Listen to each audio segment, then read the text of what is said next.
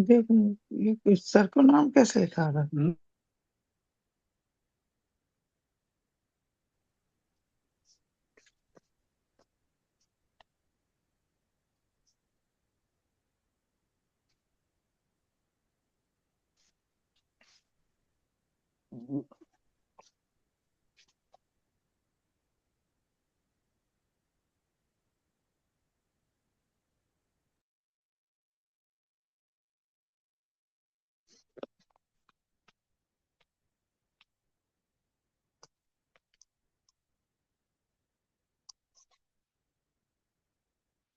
ठीक है रुको,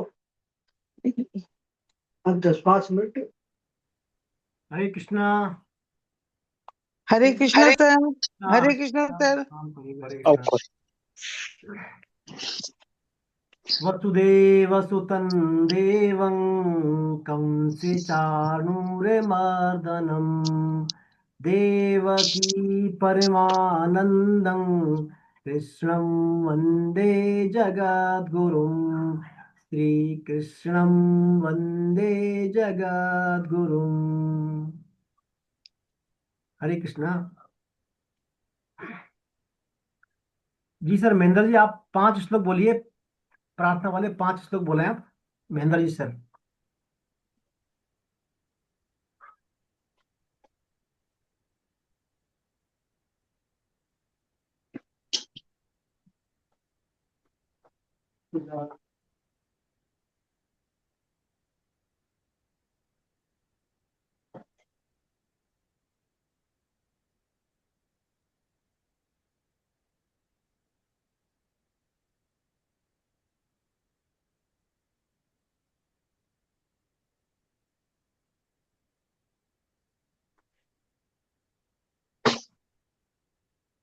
आवाज नहीं आ रही।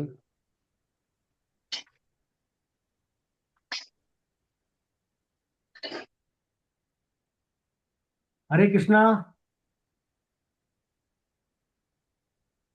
महेंद्र जी सुन रहे हैं मेरे को? महेंद्र जी सर। हरे कृष्ण सर, हाँ आ जी, रही है आवाज आवाज। आ रही है, आ रही है आ सर, रही है। आ रही है सर। सर महेंद्र जी श्लोक बोले आप, 5 श्लोक बोले आप।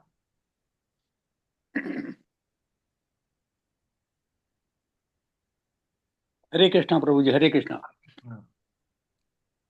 अजो अपि सन्नव्यव्यात्मा भूतानामीश्वरोऽपि सन् प्रकृतिं समधिष्ठाय सोऽम्भवायात्मा मायया यद यदा यदा हि धर्मस्य ग्लानिर्भवति भारत अभ्युत्थानं धर्मस्य तदात्मानं सृजाम्यहम् परित्राणाय साधूनां विनाशाय च दुष्कृतां धर्म संस्थापनाय अर्थाय संभवामि युगे युगे जन्म कर्म च मे दिव्यम् मेवं यो वेति तत्त्वतः व्यक्ता देहं पुनर्जन्म नेति मामेति सो अर्जुनः वीतराग भय क्रोधा मनमया मामुपाश्रिता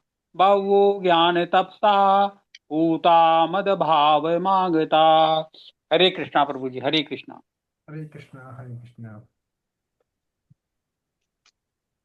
चलिए प्रार्थना बोलते हैं पर।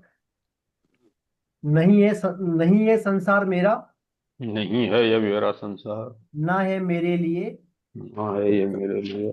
तभी है कृष्ण के, सभी सभी है हैं कृष्ण, कृष्ण के, तभी तो प्यारे हैं वे सदा। वे सदा।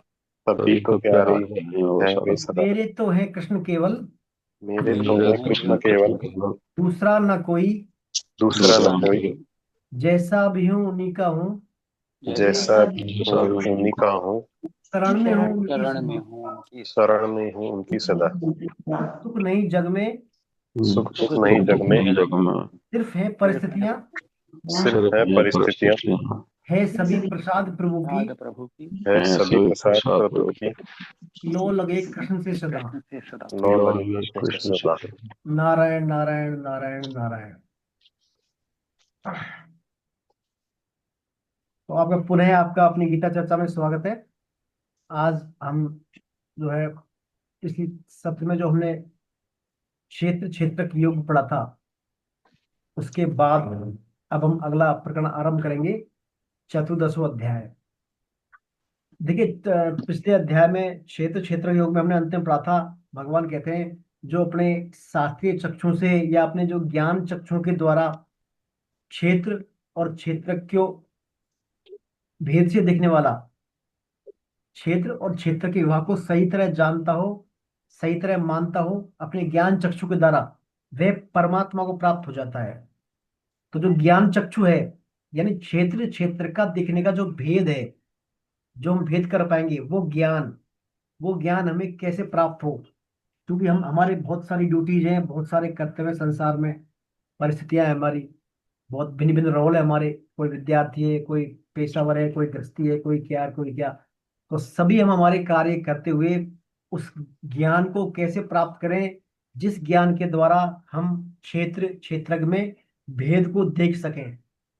वह ज्ञान का स्वरूप क्या है, उस ज्ञान को प्राप्त कैसे करें, उस ज्ञान की महिमा क्या है, और उस ज्ञान की प्राप्ति का उपाय भी क्या है।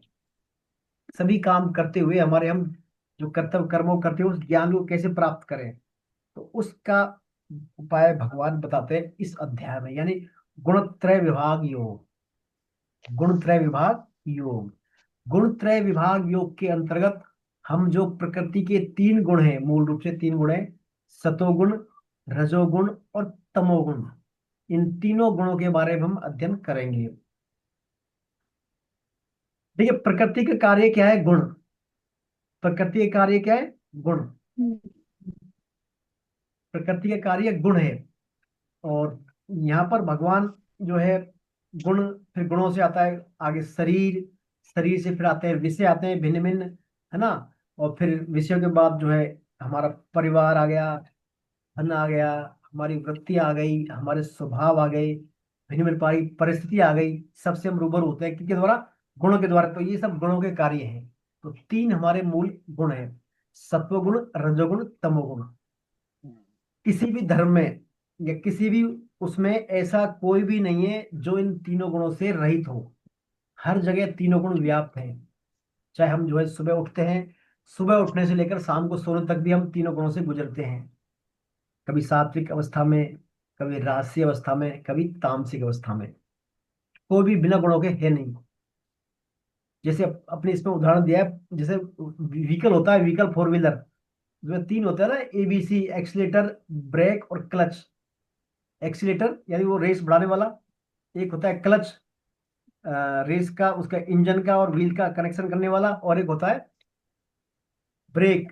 तो जो एक्सीलेटर है वो तो राजसी गुण का प्रतीक है, और जो क्लच है वो है सात्विक गुण, यानी विवेक पूर्वक कब क्या एक्सीलेटर कब खींचना है हमें, कब डाउन करना है, विवेक पूर्वक विचार करने वाला प्रकाशक है एक्सीलेटर।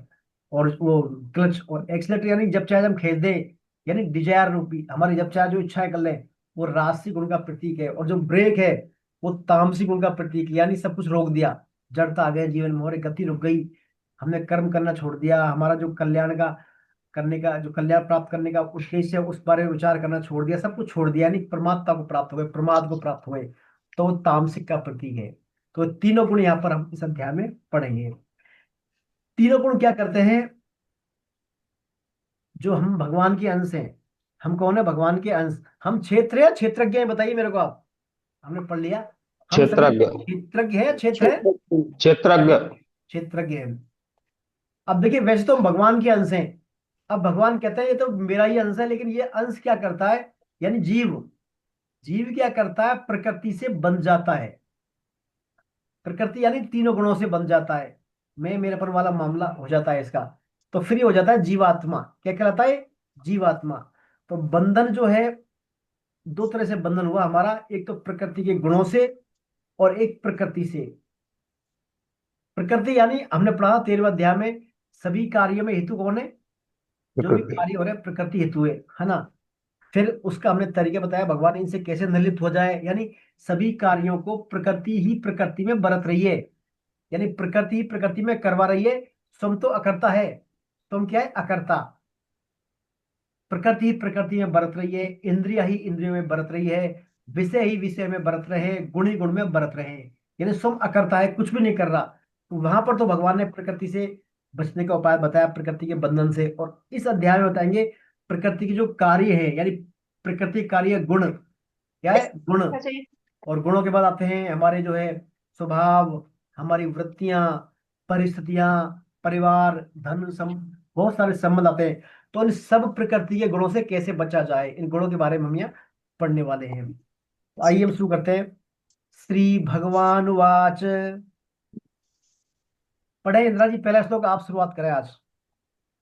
श्री भगवानुवाच परं भूये प्रवक्ष्यामि ज्ञानानां ज्ञानमुत्तमम् यज्ञात्वा मुनये सर्वे परां सिद्धिमितो गताः इदं ज्ञानमुपाश्रित्य मम साधर्मे माङ्गताः सर्गेऽपि नोपजायते प्रलयने व्यथन्ति च।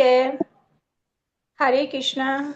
संपूर्ण ज्ञानों में उत्तम और श्रेष्ठ ज्ञान को मैं फिर कहूंगा, जिसको जानकर सबके सब मुनि लोग इस संसार से मुक्त होकर परम सिद्धि को प्राप्त हो गए हैं। इस ज्ञान का आश्रय लेकर जो मनुष्य मेरी सहधर्मता को प्राप्त हो गए हैं, वे महासर्ग में भी पैदा नहीं होते और महाप्रलय में भी व्यथित नहीं होते। हरे कृष्णा। हरे कृष्णा। तो देखिए यहाँ पर भगवान बोल रहे हैं, भगवान कह रहे हैं संपूर्ण ज्ञानों में उत्तम और श्रेष्ठ ज्ञान को मैं फिर से कहूंगा, अरे प्रक्षामी यानी कहूंगा, फिर से कहूंगा, जिसको जो है सबके सब लोग जानकर मुनि लोग संसार से मुक्त होकर परम सिद्धि को प्राप्त हो गई। ये पहले श्लोक भगवान बोल रहे हैं। तो यहाँ पर देखिए देखिए क्या बोला है, परम भूय प्रख्यामी ज्ञानानाम ज्ञान उत्तमम, यानी सभी ज्ञानों में उत्तम ज्ञान है, उसको मैं आपसे फिर से कह रहा हूं अर्जुन। तो यानी जितने भी संसार में ज्ञान है, जितने भी संसार में ज्ञान है, चाहे वो लौकिक ज्ञान हो, परलौकिक ज्ञान हो, किसी भी विद्याओं विद्याओं के हो, भाषाओं के लिपि हो, जितने भी ज्ञान है, सब ज्ञान की तुलना में श्रेष्ठ ज्ञान कौन सा है? ये ज्ञान है जो भगवान बता रहे हैं यहाँ पर। यानी पुरुष और प्रकृति का भेद करने वाला, क्षेत्र और क्षेत्र का भेद करने वाला, यही बनी परमात्मा प्राप्ति का श्रेष्ठ, यही श्रेष्ठ ज्ञान है, सर्वोत्तम ज्ञान है, सर्वश्रेष्ठ ज्ञान है। इसके समान कोई दूसरा ज्ञान है नहीं। भगवान ने इसको सर्वश्रेष्ठ ज्ञान बताया है। कारण कि जितने भी ज्ञान है दुनिया में, संसारिक दुख के संसार सभी जितने ज्ञान है, सभी ज्ञान क्या है? फंसाने वाले हैं। सभी ज्ञान फंसाने वाले हैं। और ये जो ज्ञान है, ये फंसावट से मुक्ति करने वाला है। इसलिए इस ज्ञान को भगवान ने क्या है? संपूर्ण ज्ञानों में उत्तम ज्ञानानाम ज्ञान उत्तमम, सभी ज्ञानों में ये उत्तम ज्ञान है। फिर भगवान कहते हैं यज्ञ ज्ञाता मुने सर्वे पराम सिद्धि मितो गतः, यानी इसको जानकर मुनि लोग जो है परम सिद्धि को प्राप्त हो गए। मुनि लोग से तात्पर्य वो नहीं है बाबा जी, यहाँ पर बाबा जी होते हैं ना मुनि, जैसे मुनि वाले। मुनि मीन्स तत्व का मनन करने वाले मनुष्य, तत्व का सदैव तत्व का मनन करने वाले ऐसे मनुष्य जिनका अपने शरीर से अपनापन नहीं रहा, जिनका अपने शरीर से अपनापन नहीं रहा और तत्व का मनन करते हैं, वो उसे तात्पर्य मुनि लोग।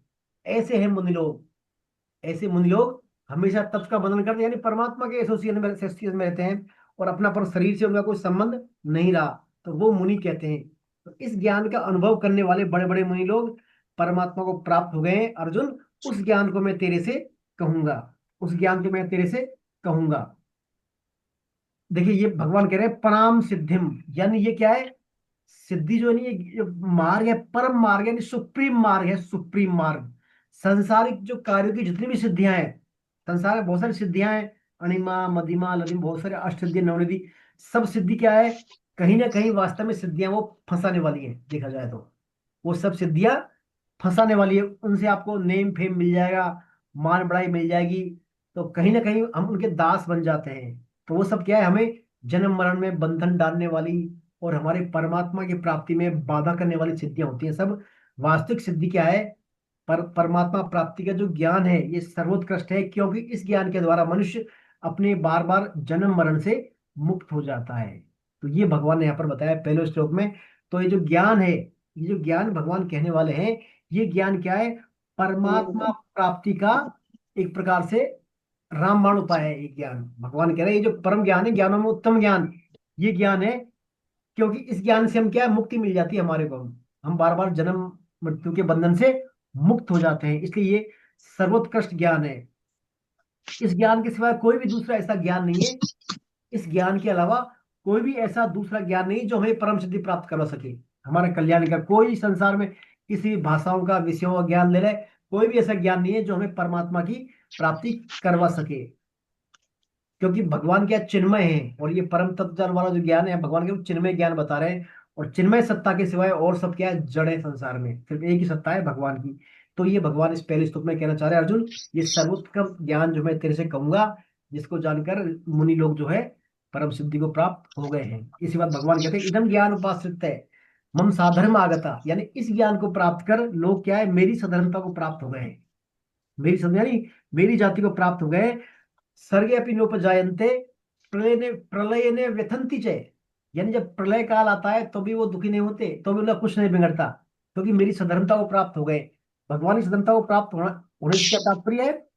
मतलब उस ज्ञान का आश्रय लेकर, उस ज्ञान का आश्रय लेकर जो मनुष्य मेरी सधर्मता को प्राप्त हो गए, अर्थात मेरे में जैसे कर्तापन भोक्तापन नहीं है, जैसे मेरे में करनेपन का भाव और भोक्तापन का भाव नहीं है, ऐसे ही उन मनुष्यों में भी क्या है, करनेपन का और भोक्तापन का भाव नहीं रहता।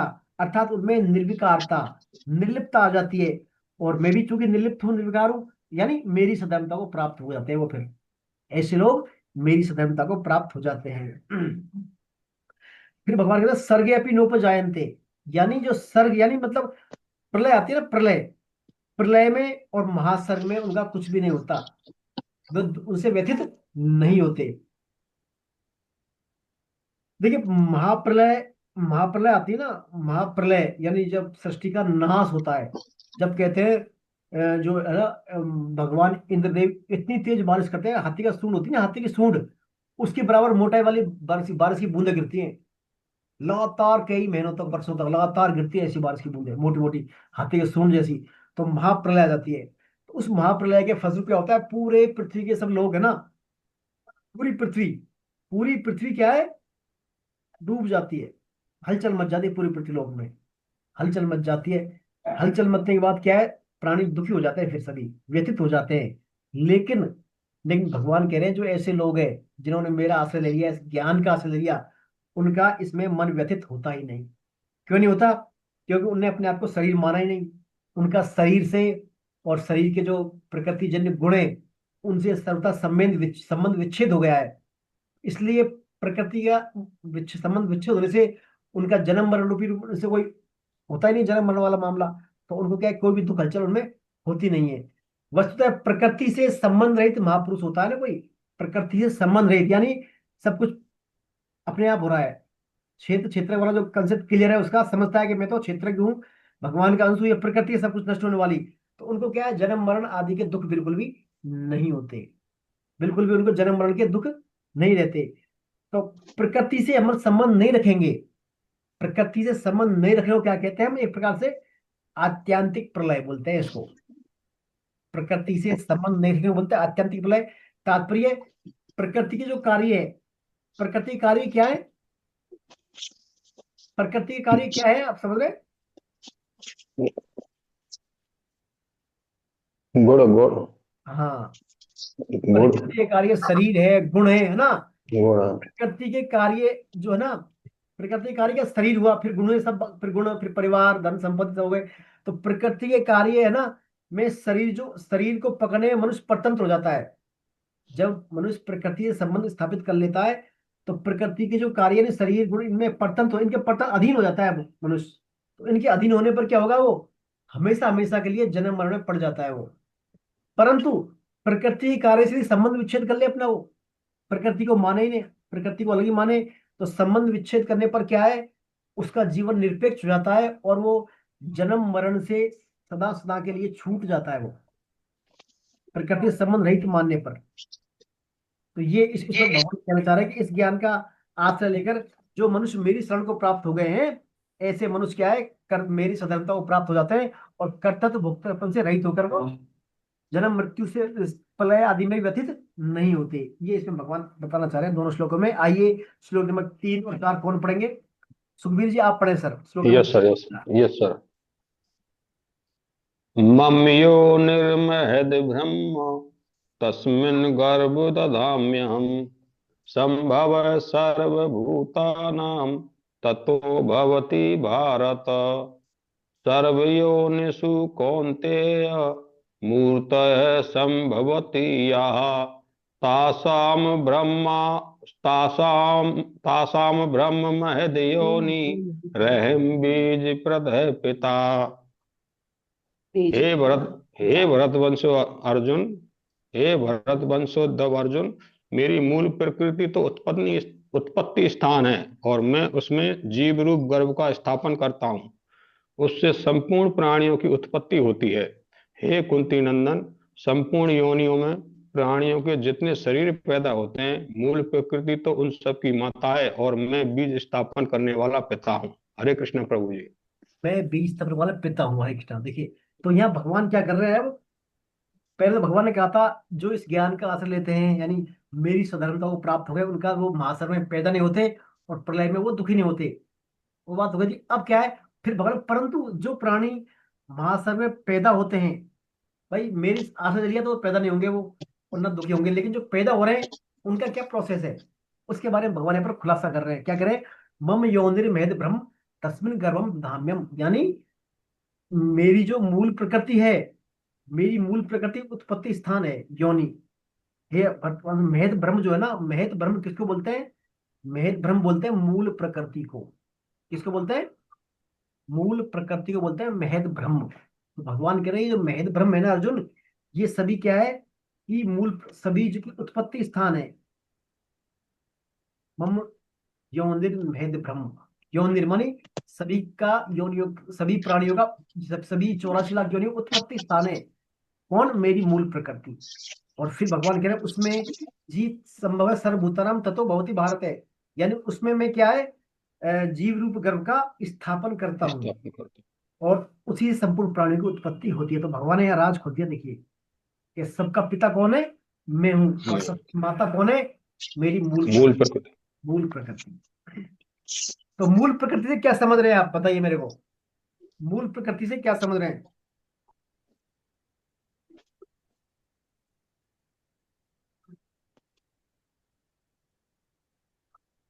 देखिए मूल प्रकृति हमने 13 चैप्टर में पढ़ा था। मूल प्रकृति क्षेत्र के 24 पढ़े थे ना, 24 भाग। 24 भाग में एक मूल प्रकृति भी है, मन बुद्धि अहंकार और मूल प्रकृति। देखिए मैं आपको बताता हूँ मूल प्रकृति के बारे में थोड़ा मतलब से रेफरेंस लाऊं। जो अपरा प्रकृति है हमारी, दो प्रकृति है भगवान की, परा अपरा। परा बोलते हैं जो है भगवान के अंश जीव, और अपरा जो 8 तत्वों से बनी है, अपन ने पढ़ा था ना, पृथ्वी जल अग्नि वायु आकाश मन बुद्धि अहंकार, है ना। ये हो गया मूल वो अपरा प्रकृति। अपरा जो सृष्टि है हमारी, जो भगवान की सृष्टि है यानी अपरा प्रकृति सृष्टि है, इसमें सबसे मूल तत्व है अहंकार। बेसिक क्या है? अहंकार। प्रकृति जो है 3 गुणों से बनी है, सत्वगुण रजोगुण तमोगुण। प्रकृति में क्या 3 गुण है? सत्वगुण रजोगुण तमोगुण। पर अब जब ये तीनों गुण साम्य अवस्था में रहते हैं, यानी तीनों गुण एक बैलेंस स्थिति में रहते हैं, तब सृष्टि नहीं रहती उस समय। उस समय क्या है? तीनों बैलेंस है तो सृष्टि उस टाइम प्रलय अवस्था में रहती है, यानी प्रलय नष्ट होने वाली अवस्था में रहती है जब तीनों बैलेंस होते हैं जब गुण। तो इसको क्या कहते हैं हम? अव्यय कहते हैं। अव्याकृत प्रकृति, यानी प्रकृति है लेकिन चेंजेबल है ना। और जब सृष्टि काल, जब भगवान सृष्टि का क्रिएशन करते हैं, जब भगवान करते हैं ना, मैं संकल्प करते हैं, कर्म की शुरुआत करते हैं, मैं एक रूप से अनेक रूपों में हो जाऊं, यह संकल्प करते हैं, तो प्रकृति में क्या क्षोभ होता है। जब भगवान सृष्टि की रचना करते हैं तो सृष्टि की रचना करने पर क्या प्रकृति में क्षोभ होता है, और उस क्षुब्ध होती प्रकृति में हलचल मचती है। तो प्रकृति में हलचल मचने पर, प्रकृति को क्षुब्ध होने पर जो प्रथम तत्व प्रकट होता है, वो अहम होता है। प्रथम तत्व प्रकट होता है, उसको कहते हैं महत्व तत्व। क्या कहते हैं उसको? महत्व तत्व। और महत्व तत्व कहते हैं उसको। और इस महत्व तत्व को यानी हम जो है छोटी लघु सत्ता में कहते हैं हम क्या? बुद्धि कहते हैं।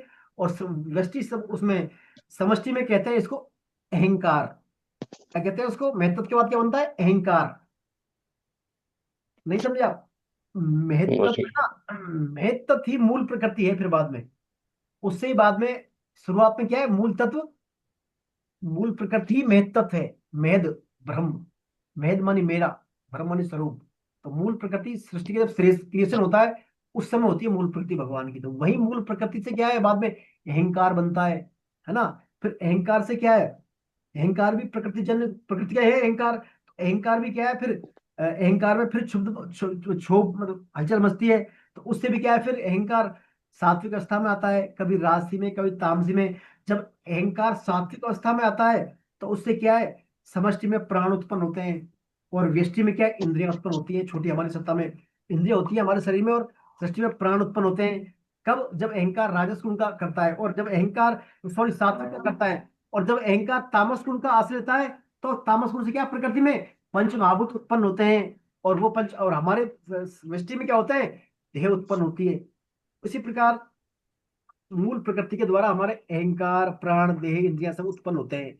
तो मूल प्रकृति से यह सभी योनियां, जितनी 84 लाख योनियों, जितने भी प्राणधारी वो हैं जीव, 84 लाख योनियों के सभी की उत्पत्ति स्थान है मूल प्रकृति। वहीं से पैदा होते हैं सब। और मूल प्रकृति है भगवान की, एक प्रकार से इसको एनर्जी माने आप, भगवान की एनर्जी, पत्नी माने भगवान की पत्नी। ये तो भगवान की पत्नी है, उसमें भगवान जो है गर्भ की स्थापना करते हैं, उससे फिर जीव पैदा होते हैं। देखिए, ये तो स्थापना करना और गर्भ का डालना, है ना। गर्भ धारण जब होता है किसी के तो नया जीव आता है, लेकिन यहाँ पर नया जीव नहीं कह सकते उसको, जीव तो वही है पुराना। पुराना कैसे, जीव अपने अपने कर्म संस्कारों को लेकर प्रलय काल में लीन हो जाते हैं सृष्टि में। तो पुराने, इसमें स्वभाव संस्कार पुराने ही है वो, तो अपने कर्मों से लीन हो जाता है।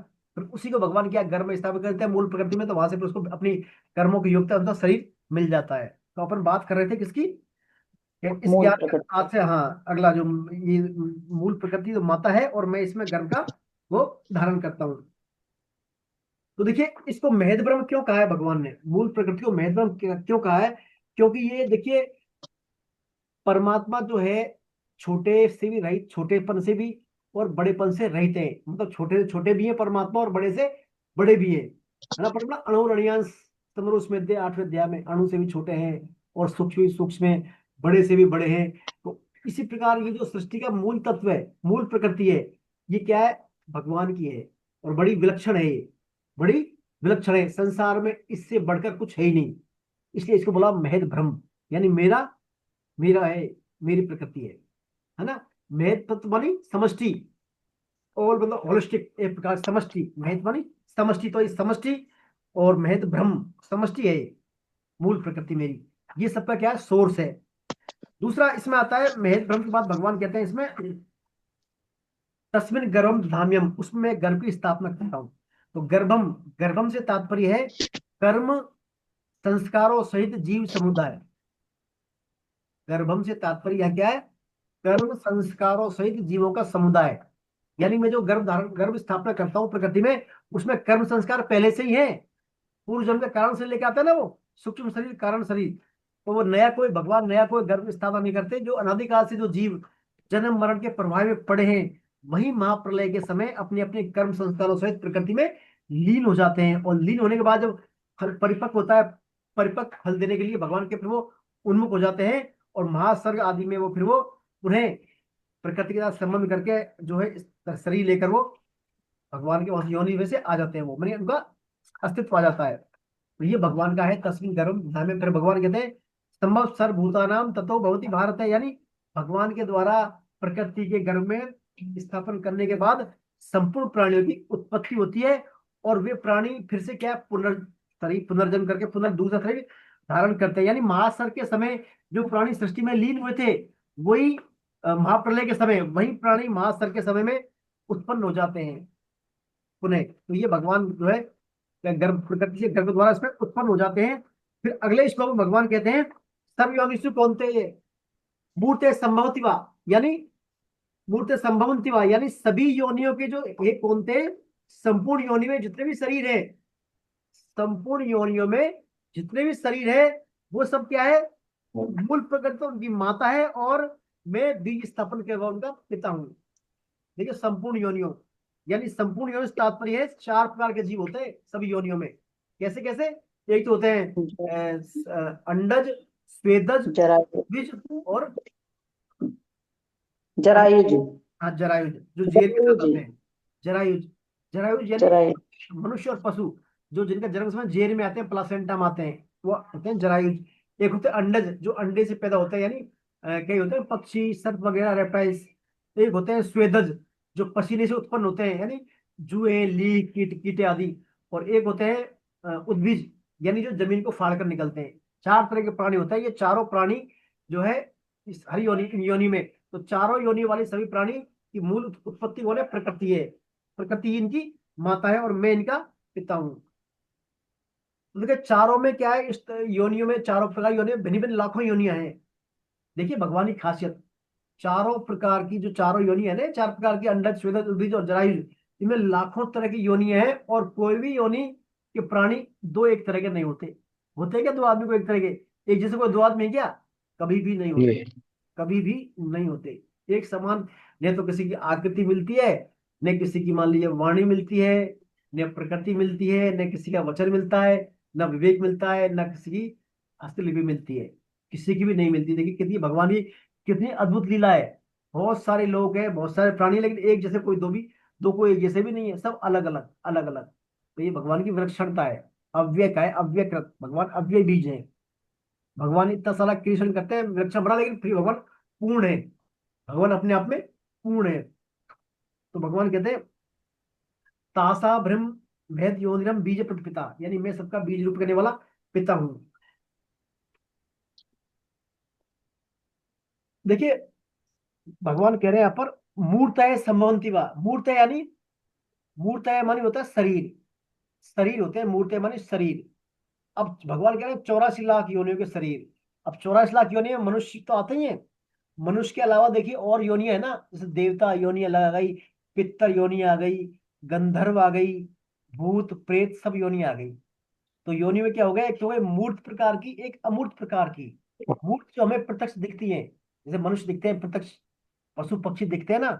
और कुछ योनि हमें शरीर दिखते नहीं है, वो वायु प्रधान शरीर होते हैं। जैसे भूत प्रेत आदि के शरीर होते हैं ना, वो वायु प्रधान शरीर होते हैं, उनको हम देख नहीं पाते, हमारे लेटर आई से नहीं देख पाते, तो अमूर्त हो गए। तो मूर्त अमूर्त दोनों सभी तरह के प्राणियों की उत्पत्ति वाला कौन है? भगवान, प्रकृति माता और भगवान पिता सबके, ये यहाँ पर भगवान बताना चाह रहे हैं। तो कुल मिला के देखिए, मूल प्रकृति भगवान की, प्रकृति से उत्पन्न होने वाला सब भगवान के। तो भगवान के अलावा कुछ है ही नहीं, भगवान के अलावा कुछ है ही नहीं। इसमें इसे एक उदाहरण देते हैं स्वामी जी कपड़े का। स्वामी जी देते हैं कपड़े का, एक कपड़ा और जो पृथ्वी है ना, दोनों में एक ही बात की प्रधानता, एक ही तत्व की प्रधानता है। कपड़े को अगर जल में डाल लें हम, कपड़े को यदि जल में धो लें, तो कपड़ा क्या है, पानी से भीग जाता है और भीग के बैठ जाता है एक साइड में, वो एक साइड में हो जाता है ना। तो कपड़े में क्या होगा, पानी भर जाता है। कपड़े में पानी भर जाता है। कपड़े में अनेक छिद्र होते हैं। कपड़े में से धागे होता है ना, एक तो खड़े और एक आड़े धागे से बना होता है कपड़ा, उसको बोलते हैं ताना बाना। क्या बोलते हैं उसको? बोलते हैं ताना बाना। तो प्रत्येक ताने बाने के बीच में क्या छेद होते हैं बहुत सारे कपड़े में। उन छेदों में क्या है, जल भर जाता है। उन छेदों में, ताने बाने में क्या है, जल भर जाता है। और जब जल से बाहर निकालते हैं उसको, कपड़े को हम, तो बहुत सारे कपड़े में छेद है ना, उनसे पानी टपकता है। और फिर सभी में क्या है, समान रूप से पानी भरा होता है उसमें। तो इस हिसाब से क्या हुआ, कपड़ा जो है ना, पूरा कपड़ा, वो तो हो गई प्रकृति हो गई। क्या हुआ कपड़ा? वो कपड़ा प्रकृति हो गई। और बहुत सारे छिद्र हैं इसमें, असंख्य जो छिद्र हैं बहुत सारे, वो क्या शरीर हो गए। क्या हो गए? शरीर हो गए। और कपड़ों में और जो शरीर में जो बहुत सारा पानी भरा है, सब जगह पानी परिपूर्ण है, वो क्या हो गया? परमात्म तत्व हो गया। वो परमात्म तत्व हो गया। कपड़ा प्रकृति हो गई, है ना। और छेद उसमें क्या हो गए? शरीर हो गए। और छेदों में जो पानी भरा है, तो वो क्या हो गया? परमात्म तत्व हो गया। तो यदि हम देखा जाए स्थूल दृष्टि से, तो क्या है, हम देखें कि शरीर में क्या है, अलग अलग हमें दिखते हैं सब, एक शरीर में अलग तत्व है, अलग है। लेकिन वास्तव में देखा जाए सूक्ष्म दृष्टि से, तो सभी शरीरों में सभी संसार में एक ही तत्व है, वो परमात्मा तत्व। उसके सिवाय कोई दूसरी सत्ता, भाई कपड़े में पानी केवल पानी तो है, इस छेद में पानी, उस छेद में पानी, पानी इसमें पानी नहीं। ऐसे ही सभी में एक ही परम तत्व है, उसी की सत्ता है, और उसके अलावा किसी की सत्ता है नहीं। तो ये यहाँ पर भगवान बताना चाह रहे हैं कि सभी 84 लाख योनियों के अलावा भूत पितर देवता और गंधर्व पितर सबकी योनियों के जो पिता वो है, और मूल प्रकृति माता है। ये भगवान यहाँ पर कह रहे हैं। अब ये सब बात बताने के बाद भगवान ने बता दिया भाई जो है ये ज्ञान है, इस ज्ञान से मुनि लोग सिद्धि को प्राप्त हो गए है ना, और उनका प्रलय काल और उसमें सर्ग में कोई फर्क नहीं पड़ता। लेकिन जो लोग इसमें नहीं आते, उनका जन्म होता है। कैसे जन्म होता है? सर्ग में उनको मैं प्रकृति रूपी जो है, प्रकृति में गर्भ की स्थापना करता हूँ और वो अपने कर्मों के अनुसार जन्म लेते हैं। अब भगवान कह रहे हैं जन्म तो ले लिया उन्होंने, अब जन्म लेने के बाद वो प्रकृति में कैसे बनते हैं, प्रकृति उसको कैसे बांधती है, ये भगवान 5वें श्लोक बता रहे हैं। आइए 5वें श्लोक पढ़ेंगे। कौन पढ़ेंगे 5वां श्लोक? इंदिरा जी और मीना शर्मा जी। मीना जी आप पढ़े, इंदिरा जी पढ़ लिए सर, मीना जी आप पढ़े, 5वां श्लोक पढ़े आप।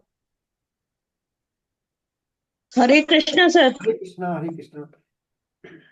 सत्वं रजस्तम इति गुणा प्रकृति संभवा निर्विघ्नन्ति महाबाहो देहे देहिनमव्ययम्। हे महाबाहो, प्रकृति से उत्पन्न होने वाले सत्व रज तम, ये तीनों गुण अविनाशी देही जीवात्मा को देह में बांध देते हैं। हरे कृष्ण सर। प्रकृति से उत्पन्न होने वाले तीन तीन गुण जो क्या करते हैं, इस अविनाशी देही को देह में बांध देते हैं। देही माने है ना, तो देही माने आत्मा, देह माने शरीर। तो ये जो गुण है ना, प्रकृति के गुण क्या है? प्रकृति के जो गुण है ना तीन, सत्व और रज तम, और गुणों के कार्य फिर क्या है? देखिए ये तो गुण हो गए मूल प्रकृति के, प्रकृति के शुरुआती गुण हो गए। अब गुणों से क्या आता है? गुणों कार्य आते हैं। इनमें हमारा शरीर आ गया, शरीर के बाद हमारी इंद्रियां आ गई, धन, परिवार, स्वभाव, हमारा संस्कार, हमारी वृत्तियां और परिस्थितियां, सब गुणों कार्य है। तो ये गुण क्या है? बांध देते हैं प्रकृति, प्रकृति को जो गुण है अविनाशी देही को देह से बांध देते हैं। तो ये तीनों जो गुण है अविनाशी देही को देह में बांध देते हैं। वास्तव में देखा जाए ना, तो ये तीनों गुण अपनी तरफ से किसी को भी नहीं बांधते, अपनी तरफ से किसी को भी नहीं बांधते। प्रत्युत जो देही है यानी पुरुष जो है, वो इन गुणों के साथ क्या अपना संबंध मान लेता है, अपना संबंध मान लेता है। और संबंध मानने के कारण क्या है? वो बन जाता है, फिर मान लेने के कारण बन जाता है, संबंध मानने के कारण। अब जैसे गुणों के में बताया कार्य, आपको परिवार है, चाहे धन हो, संपत्ति हो, स्वभाव हो, वृत्तियां हो, ये सबको अपना मान लेता है जीव। क्या मान लेता है? कि ये मेरी है। और विनाशी पदार्थ आदि इनके फिर वश में हो जाता है। और वश में होने के बाद फिर क्या है? मनुष्य सर्वथा स्वतंत्र होता है, वो भी इनके पराधीन हो जाता है। क्या हो जाता है? इनके पराधीन हो जाता है। यानी मनुष्य जैसे मान लीजिए अपने आप को धनवान मान ले, भाई मैं धनवान हूं, क्या मान ले अपने आप को धनवान, तो देखा जाए तो मनुष्य धन के पराधीन हो गया, हुआ नहीं हुआ पराधीन धन के? भाई धनवान मान लिया अपने आप को, धन का मालिक मान लिया, धन के पराधीन हो गया। अब मान ले पराधीन हो गया, जैसे धन में कम हुई तो वो दुखी होगा, धन में कमी होगी दुखी होगा वो, और धन में वृद्धि होगी तो सुखी होगा। तो उस धन से सुखी हो रहा है, दुखी, उसका गुलाम हो गया, दास हो गया, वो उसका पराधीन हो गया। क्या? अपने संबंध मानने से, अपना संबंध मानने से। इसी प्रकार शरीर आदि को भी हम अपना मान लेंगे, है ना, कि मैं शरीर हूं या मेरा शरीर है। तो शरीर की क्या है? राजी में, खुशी में, दुखी में भी हम क्या है? सुखी दुखी होते रहेंगे, और फिर क्या है? फंसते रहेंगे बार बार में। तो ये क्या है? गुणों का देह को बांधना यही है, अविनाशी देह को बांधना क्या है? अपना मानना, मानना। देखिए हमारा जो बंधन है गुणों से, ये होता है राग के कारण। राग बुद्धि, प्रॉब्लम राग बुद्धि, एक तो होती है व्यवसायत्मिक बुद्धि, एक राग बुद्धि। अपन दूसरे अध्याय में पढ़ा था। तो व्यवसायत्मिका बुद्धि में तो हमारा एक उद्देश्य होता है, एक लक्ष्य होता है, एक उद्देश्य भगवत प्राप्ति। लेकिन राग, जब हमारा संसारिक राग आता है ना, उस राग के कारण क्या फंस जाते हैं हम नाशवान चीजों में।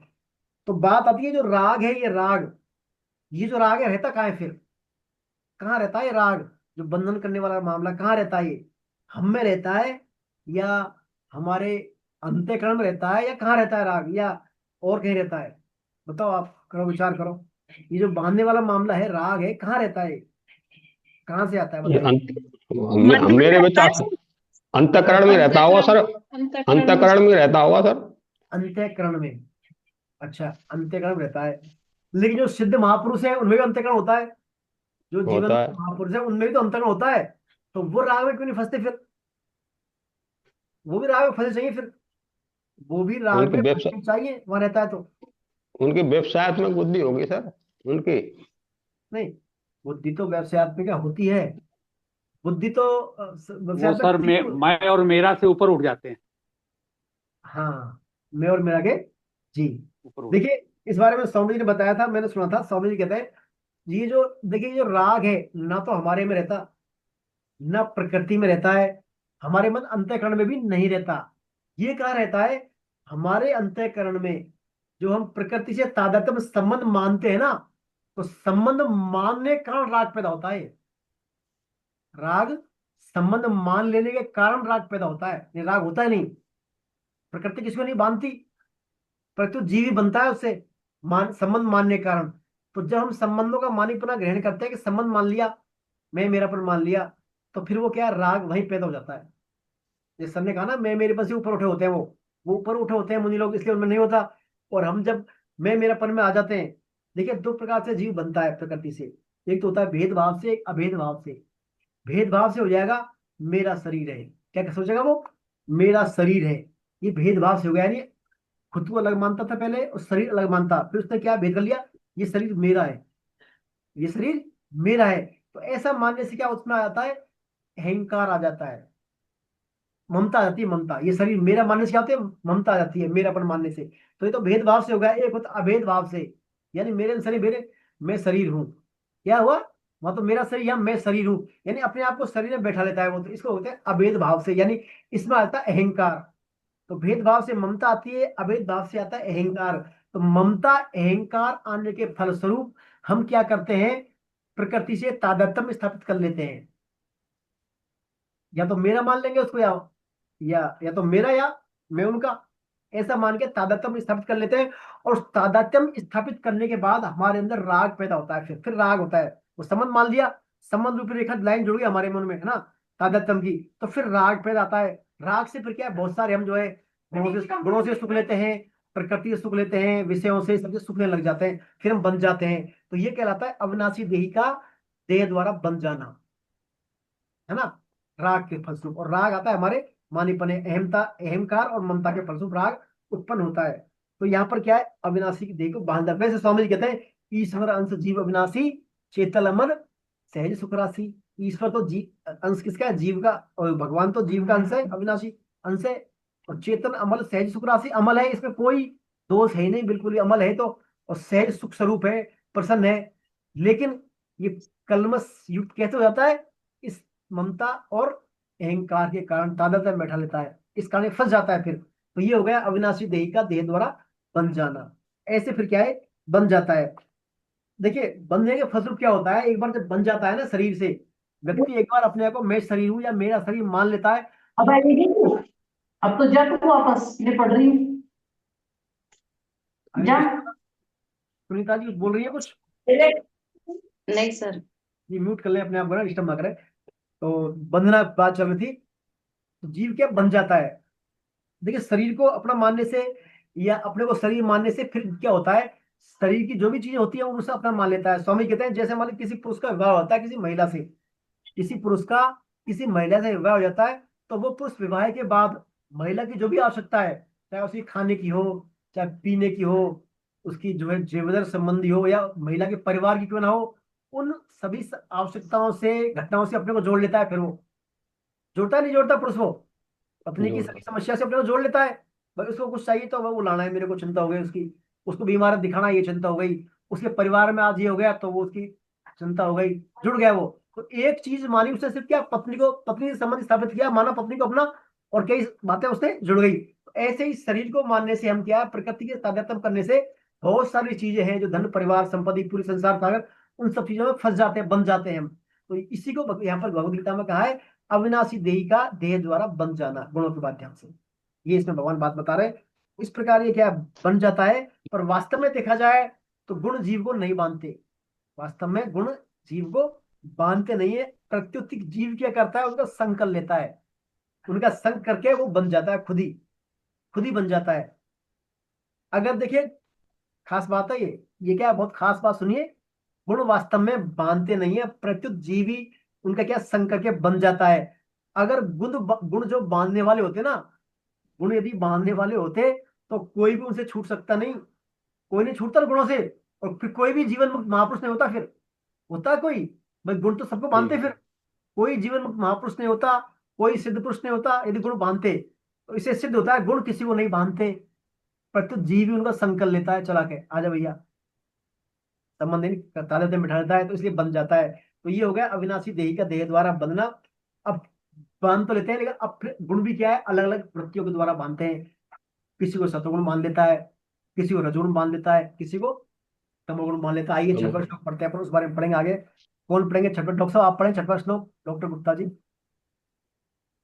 हरे कृष्ण। तत्र सत्त्वं निर्मलत्वात् तत्र सत्त्वं निर्मलत्वात् प्रकाशकमनामयम् सुख संगेन बध्नाति ज्ञान संगेन च आनंद। हे पाप रहित अर्जुन, उन गुणों में सत्व गुण निर्मल स्वच्छ होने के कारण प्रकाशक और निर्विकार है। वह सुख की आसक्ति से और ज्ञान की आसक्ति से देही को बांधता है। देह को बांधता है, देखिए बांधता है, यह क्या गुण बांधता है, किसके द्वारा बांधता है? सुख और ज्ञान की आसक्ति से। देखिए अपन कहते हैं ज्ञान ले रहे हैं, हम तो ज्ञान का अर्जन कर रहे हैं, ज्ञान की भी आसक्ति होती है, ज्ञान भी बंधनकारी है, ज्ञान भी क्या है, बंधनकारी है।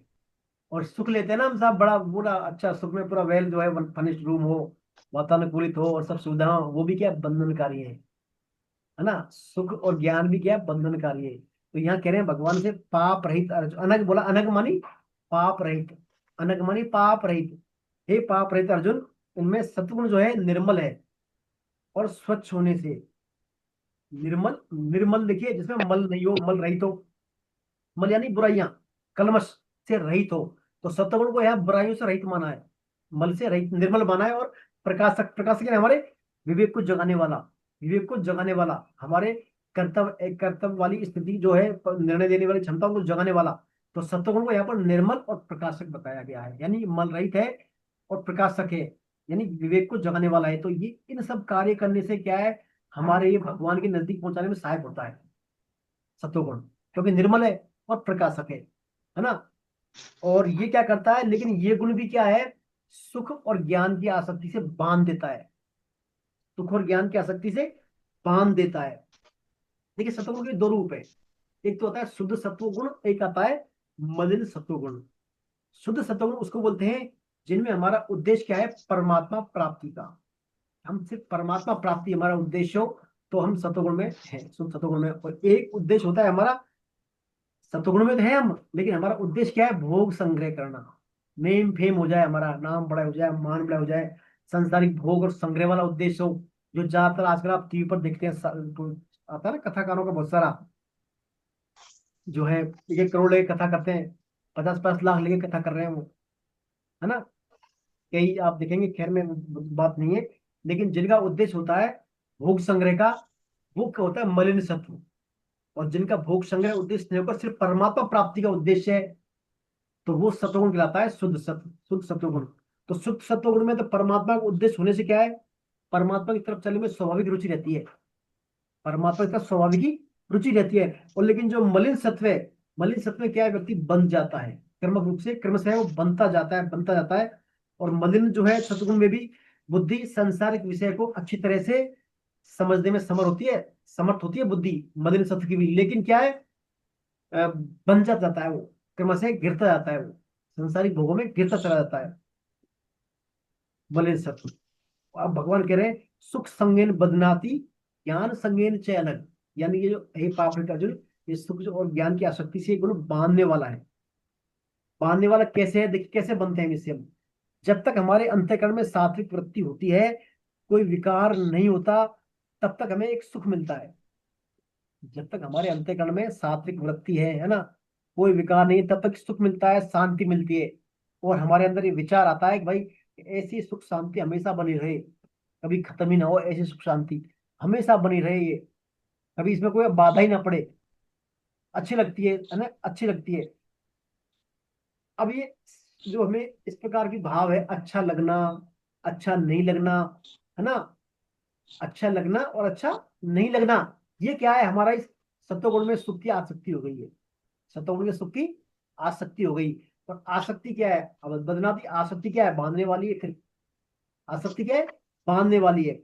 लेकिन जब सत्य रज और तम तीनों गुण, इनकी वृत्तियों का और इनका हम जो है विकारों का हमें जो ज्ञान हो जाए कि हम अभी हम सत्वगुण में हैं, अभी हम तामस गुण में हैं, अभी रजोगुण में हैं, तो साधक को क्या है, बहुत सी बातें आती है, नई नई भाव आते हैं उनके अंदर, है ना, भाव आते हैं उनके अंदर कि देखो मैं तो क्या है सुबह जल्दी उठ जाता हूँ, है ना, या मैं तो भगवान के भजन कर रहा हूँ, झूठ नहीं बोलता, स्वाद माला करता हूँ, मंदिर भी जा रहा हूँ, सेवा भी कर रहा हूँ, गीता भी पढ़ रहा हूँ, सब काम कर रहा हूँ, देखो वो कैसे कुछ भी नहीं कर रहे, लेट हो रहे हैं, तो ऐसे ऐसे क्या है उसमें भाव आते हैं, है ना, ऐसे आते हैं बातें, ऐसा मतलब अंदर से वो आती है, फीलिंग्स आती हैं। तो ये फीलिंग्स क्या है, अभिमान बढ़ाने वाली है। क्या है ये फीलिंग्स, अभिमान बढ़ाने वाली। तो ये भी क्या है, बंधनकारी है, ये भी क्या है, बंधनकारी है। तो ज्ञान और सुख की आसक्ति के साथ साथ अभिमान आ जाता है फिर हमारे को, इस प्रकार की बन जाती है। ये सब कहते हैं मलिन सत्व में आती है। मलिन सत्व हमारा परमात्मा प्राप्ति का मार्ग है, उद्देश्य है, तो सब शुद्ध सत्व में तो आएंगे नहीं, मलिन सत्व में ये सब आती है, तो अभिमान भी आता है, जिससे हम क्या बन जाता है, बन जाता है हमारा जीव। इस प्रकार सत्वगुण जो है सुख और ज्ञान के द्वारा हमें बांध देता है। और तो इसमें हमें सावधानी क्या रखनी है, फिर बचे कैसे हैं इससे, कैसे बचे फिर हम। तो देखिए सावधानी ये रखनी है हमें कि हम ये समझे कि सुख और ज्ञान प्राप्ति मेरा लक्ष्य नहीं है। क्या, ये सुख और ज्ञान प्राप्त करना ही मेरा लक्ष्य नहीं है, ये मेरी भूख नहीं है, ये तो क्या है, लक्ष्य की प्राप्ति में क्या कारण है। तो लक्ष्य जो प्राप्ति कर रहा हूं ना, उसमें बीच में स्टेप आ रहे हैं, तो खाली मेरे को लक्ष्य प्राप्त करना है जो इस सुख और ज्ञान को भी क्या है, प्रकाशित करने वाला है। ये जो सुख और ज्ञान मिल रहा है मेरे को, ये जो अभी सुख और ज्ञान मिल रहा है मेरे को सात्विकता के कारण, इसको जो प्रकाशक है, इसका मूल प्रकाशक, उस लक्ष्य को मेरे को प्राप्त करना है, ये भाव रखें। ये क्या भाव रखें, साथ ही सुख और ज्ञान की जो सभी हमें वृत्तियां हैं, है ना, ये कभी घटेंगी कभी बढ़ेंगी, है ना, कभी कम सुख आएगा कभी ज्यादा आएगा। तो इनमें क्या है, घटत बढ़त से हम क्या है, तटस्थ रहे, उदासीन रहे।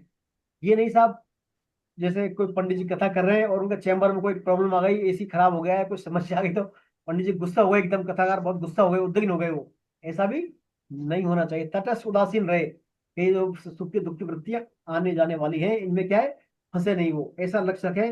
तो फिर भगवान क्या है, फिर भगवत प्राप्ति में उसका उद्देश्य धीरे धीरे उन्मुख होता चला जाता है। तो ये इसमें बात आती है सात्विक गुण में बांधने वाली बात, सुख और ज्ञान के द्वारा सात्विक गुण बांधता है। अब देखिए आप समझिए, सात्विक जो ज्ञान है, सात्विक ज्ञान और तात्विक ज्ञान, समझे आप, सात्विक ज्ञान और तत्व ज्ञान में क्या अंतर है।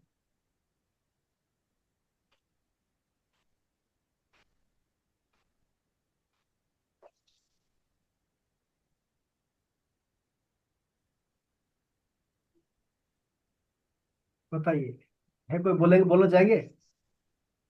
क्या सर? तत्व ज्ञान से सर मतलब जो है तत्व को जाना जाता है, और जी तत्व ज्ञान का वास्तविक ज्ञान होने पर परमात्मा को जाना जा सकता है, क्योंकि हमारा लक्ष्य परमात्मा को प्राप्त करना है। सर फिर से बोले एक बार, फिर से बोले, फिर से बोले एक बार। सर क्वेश्चन तो बताओ। तत्व पहले ज्ञान, क्वेश्चन बता दिए सर। तत्व ज्ञान और सात्विक ज्ञान में क्या फर्क है। तत्व ज्ञान से हमारी असंगता का बोध होता है, और तत्व ज्ञान से हम परमात्मा की तरफ अग्रसर हो सकते हैं, ये भेद है। जी जी, बहुत सही। परमात्म तत्व को जाना जा सकता है। जी जी, देखिए सात्विक ज्ञान में तो क्या है, संग हो गया ज्ञान का, क्या हुआ, ज्ञान का संग हो गया कि मैं ज्ञानी हूं, है ना, मैं ज्ञानवान हूं, मैं ज्ञानी हूं। लेकिन तत्व ज्ञान तो क्या, असंग है, एक प्रकार से असंग, बिल्कुल निर्लिप्त वाला भाव, कुछ नहीं, सब कुछ भगवान, भगवान के अलावा कुछ है ही नहीं, यह ज्ञान का भाव है ना।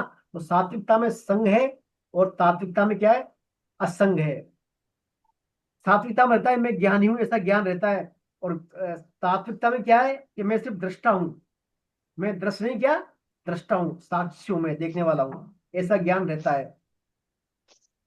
मतलब कहने का तात्पर्य, सात्विक ज्ञान में तो अपने में विशेषता का भान होता है कि मेरे में विशेषता आ गई है ना, मैं ज्ञानी हो गया, या मैं सत्वगुण में अभी सब धारण कर रखा है मैं। लेकिन तत्व ज्ञान में क्या है, कोई भी ऐसा नहीं होता, गुणातीत।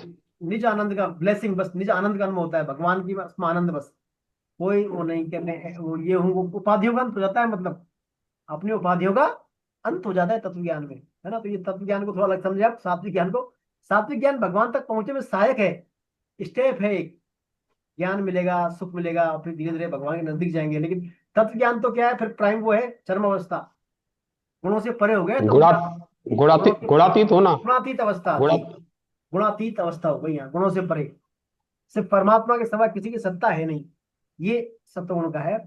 अब सत्वगुण की बात पढ़ते हैं रजोगुण। आइए, कौन पढ़ेगा रजोगुण वाला श्लोक? पढ़े अलका जी, आप पढ़े रजोगुण। हरे कृष्णा प्रभु जी।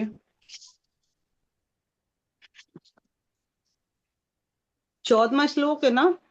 नहीं नहीं, 7वां श्लोक है शायद, हाँ 7वां 8वां।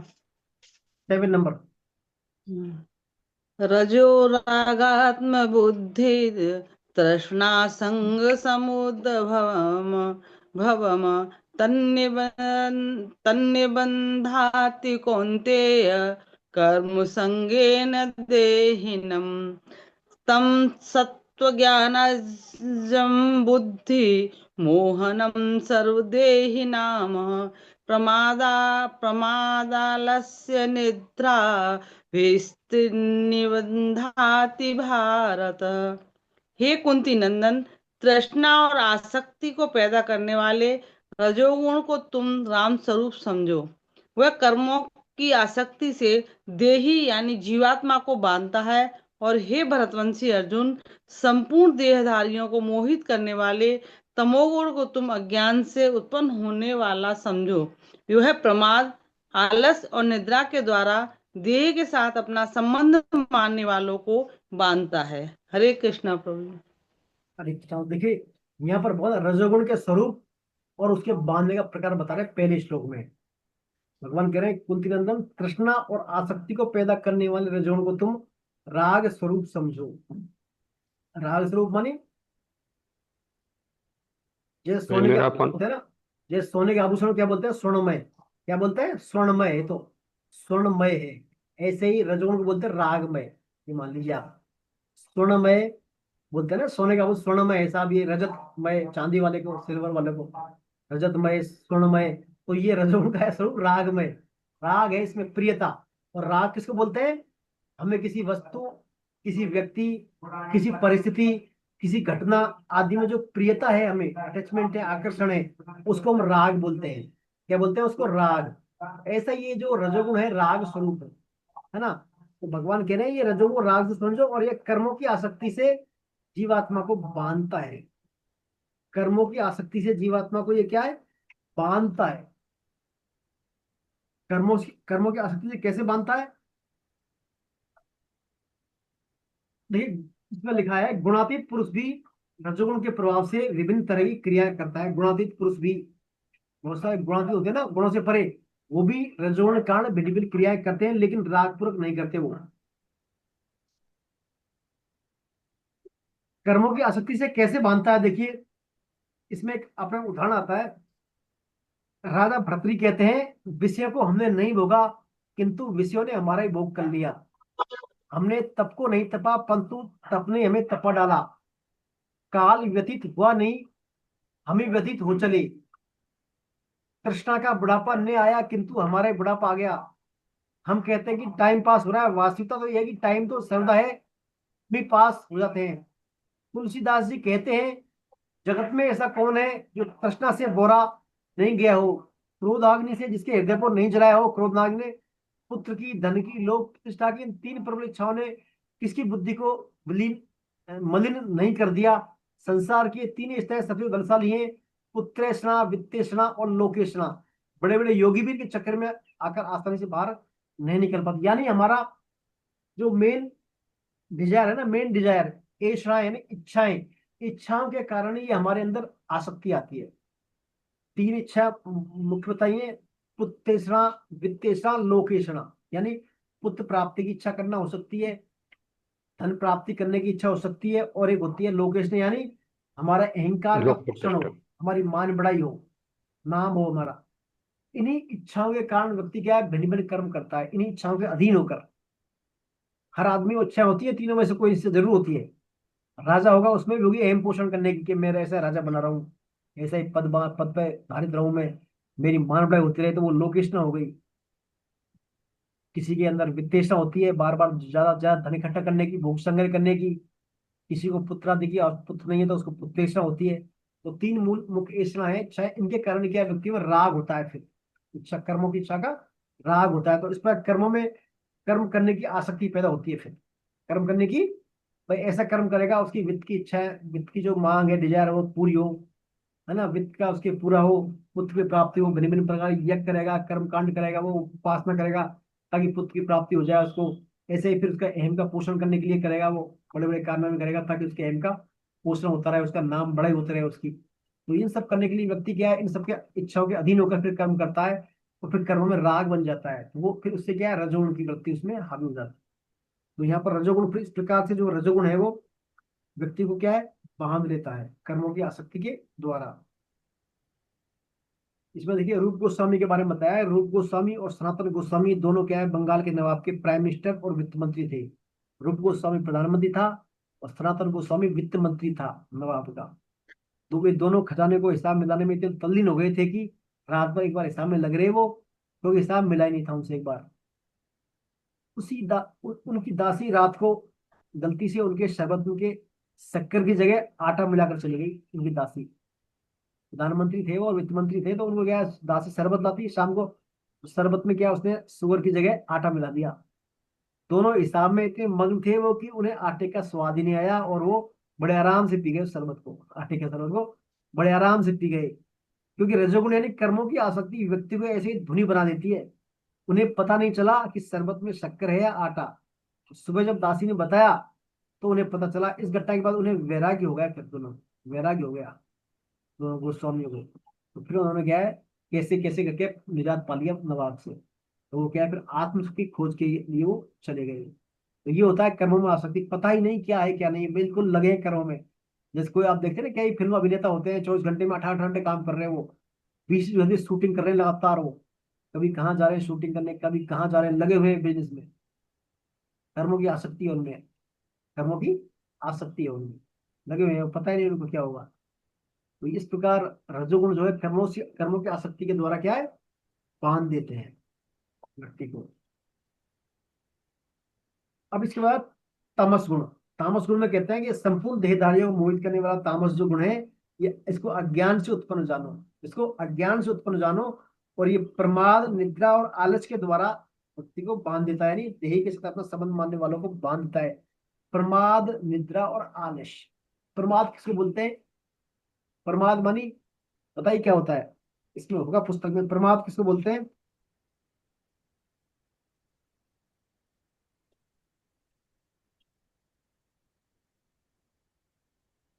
करने लायक काम को न करना करना और न न करने करना। लायक काम को करना। हाँ, ने करने लायक काम को करना। जैसे आपको पिताजी ने भेजा बच्चे को, भाई माता जी की दवाई लेके आओ, जाओ, दवाई लेने भेज दिया बेटे को, तो दवाई लेने चला गया, वो दवाई तो लाया नहीं, वो ताश रास्ते में बैठे ताश खेलने लग गया, वो बच्चों के साथ ताश खेलने लग गया, गुटखा खाने लग गया और काम करने लग गया। तो वो प्रमाद में है वो, जो काम का वो तो किया नहीं, वो जो नहीं करना चाहिए था वो काम कर लिया उसने, प्रमाद। प्रमाद, निद्रा और आलस तीनों एक ही परिवार के बंधु हैं। निद्रा आती है, निद्रा आई तो भाई निद्रा में क्या आलस्य आएगा कि यार काम छोड़ो, इसको कल करेंगे, सो जाओ, है ना। तो प्रमाद, निद्रा और आलस्य, इनके कारण ये क्या, तमोगुण क्या व्यक्ति को बांध देता है। देखिए सत्वगुण और रजोगुण तो क्या संग से बांधते हैं। संग से कैसे, एक तो सुख से बांध, सुख और ज्ञान के द्वारा आसक्ति बांध दिया, एक कर्मों की आसक्ति के द्वारा। लेकिन ये तो क्या है, स्वरूप से बांधता है। तमोगुण किससे बांधता है, तमोगुण स्वरूप से बांध देता है, यानी वो उसको मोहित कर देता है, उल्टा बुद्धि को मोहित, मूड बना देता है, मूर्ता उसको। मूर्ता कैसे, तमोगुणी वाला व्यक्ति सत असत में भेद नहीं कर सकता, विवेक अविवेक में भेद नहीं कर सकता, क्योंकि वो उल्टा है मामला, उसका मोहित है, वो उसका विवेक ढका हुआ है, उसका विवेक ढका हुआ है। इस प्रकार प्रमाद में आ जाता है, वो प्रमाद में और निद्रा आलस के द्वारा वो करने लायक काम नहीं करता। जैसे हम भी करते हैं कई कई बार, सुबह का टाइम है, भगवान का भजन करना चाहिए या कोई भी सात्विक काम करना चाहिए, हम मोबाइल लेके बैठ जाते हैं साहब, घंटे तक लगे हुए हैं फेसबुक पर, यूट्यूब पर, व्हाट्सएप चल रहे, सुबह शाम जब समय लग जाते हैं अपन। तो ये भी एक प्रकार से प्रमाद ही है हमारा, ये क्या है, प्रमाद है।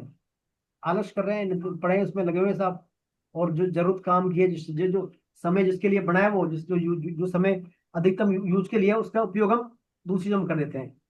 तो ये सब प्रमाद है। तो ये तमोगुण के कारण ये प्रमाद आता है। तमोगुण क्या करता है, इस प्रकार निद्रा आलस प्रमाद के द्वारा बांध देता है और स्वरूप से ही क्या है, उल्टा है। और तमोगुण को कहते हैं, तमोगुण नरक का द्वार है। तमोगुण क्या है, नरक का द्वार। जो तमोगुण में आ गया, तामसिकता में आ गया, उसके लिए नरक की फिर एंट्री मिल जाती है उसको। नरक में एंट्री उसकी इजी हो जाती है, इजी में नरक का द्वार खुल जाता है उसके लिए।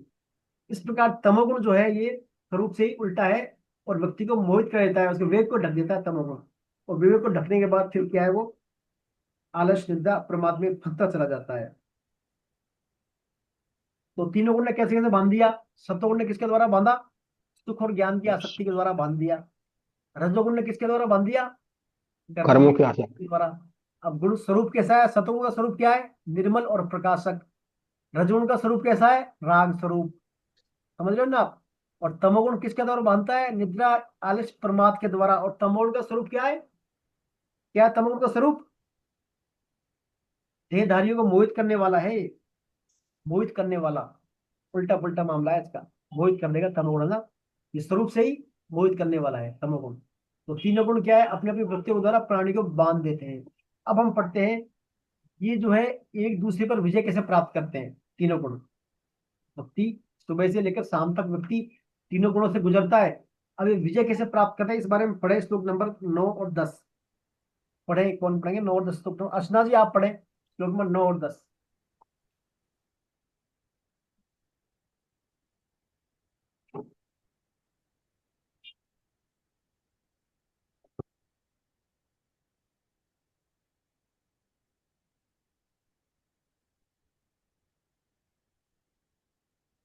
अर्चना शर्मा जी पढ़े आप श्लोक नंबर 9 और 10।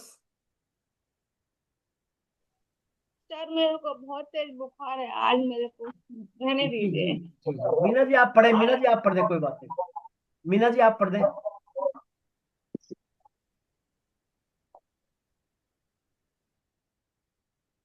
हरे कृष्णा सर, मेरे से कह अरे रहे हो? हाँ।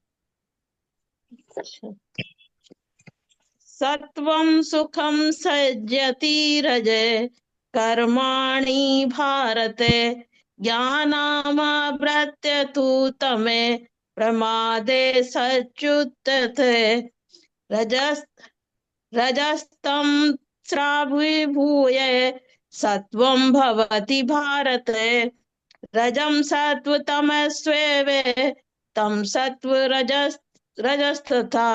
हे भरत वंशोद्भव अर्जुन, सत्व गुण सुख में और रजोगुण कर्म में लगाकर मनुष्य पर विजय करता है, परंतु तमोगुण ज्ञान को ढककर एवं प्रमाद में लगाकर मनुष्य पर विजय करता है। हे भरत वंशोद्भव अर्जुन, रजोगुण और तमोगुण को दबाकर सत्वगुण बढ़ता है, सत्वगुण और तमोगुण को दबाकर रजोगुण बढ़ता है, वैसे ही सत्वगुण और रजोगुण को दबाकर तमोगुण बढ़ता है। हरे कृष्णा सर। हरे कृष्ण। तो यहाँ पर देखिए भगवान ने कैसे जो है एक दूसरे पर, ये मनुष्य पर विजय प्राप्त करते हैं। बांधने से पहले तीनों गुण मनुष्य पर विजय प्राप्त कैसे करते हैं उस बारे में बता रहे हैं। तो सत्वगुण जो है, सत्वगुण और रजोगुण तो मनुष्य को कर्मों में लगाकर विजय प्राप्त। सत्वगुण तो सुख में लगा देगा, भाई सुख और ज्ञान में लगा रहे, है ना, अपन बता ना वृत्तियां। और रजोगुण मनुष्य पर कर्मों में लाकर विजय प्राप्त करता है। और तमोगुण तो क्या है, उसको प्रमाद में लाकर यानी उसके विवेक को ढककर मनुष्य पर विजय प्राप्त कर लेता है। लेकिन ये तीनों गुण जब एक साथ होते हैं, तीन गुण में कोई दो गुण तो नीचे रहते हैं, एक ऊपर रहता है। जो दो गुण नीचे रहेंगे और एक ऊपर रहेगा, तो ऊपर वाला विजय प्राप्त करेगा उन पर। जैसे सत्वगुण में है तो व्यक्ति, रजोगुण तमोगुण नीचे रहेंगे उसके, है ना, दबा एक दूसरे को दबा देंगे वो। यानी तीन गुण में से एक गुण रहेगा और दो, एक प्राइमरी रहेगा, दो गौण रहेंगे। ये इसमें इस प्रकार जो है विजय प्राप्त करते हैं। तो देखिए गुणों का आश्रय लेते ही, गुणों का जब आश्रय ले लेंगे, यानी प्रकृति के जब प्रकृति से संबंध स्थापित कर लेंगे, प्रकृतिस्थ हो जाएंगे, शरीरस्थ हो जाएंगे, तो फिर क्या है, गुण हमारे बंधनकारी हो जाते हैं। और तीनों गुणों का यदि सदुपयोग करें, संग ना करें, अर्थात उन्हें अपना और अपने नहीं माने, तो ये उनका संग नहीं करना है। और अपना और अपने लिए मान लिया तो ये संग करना होगा गुणों का।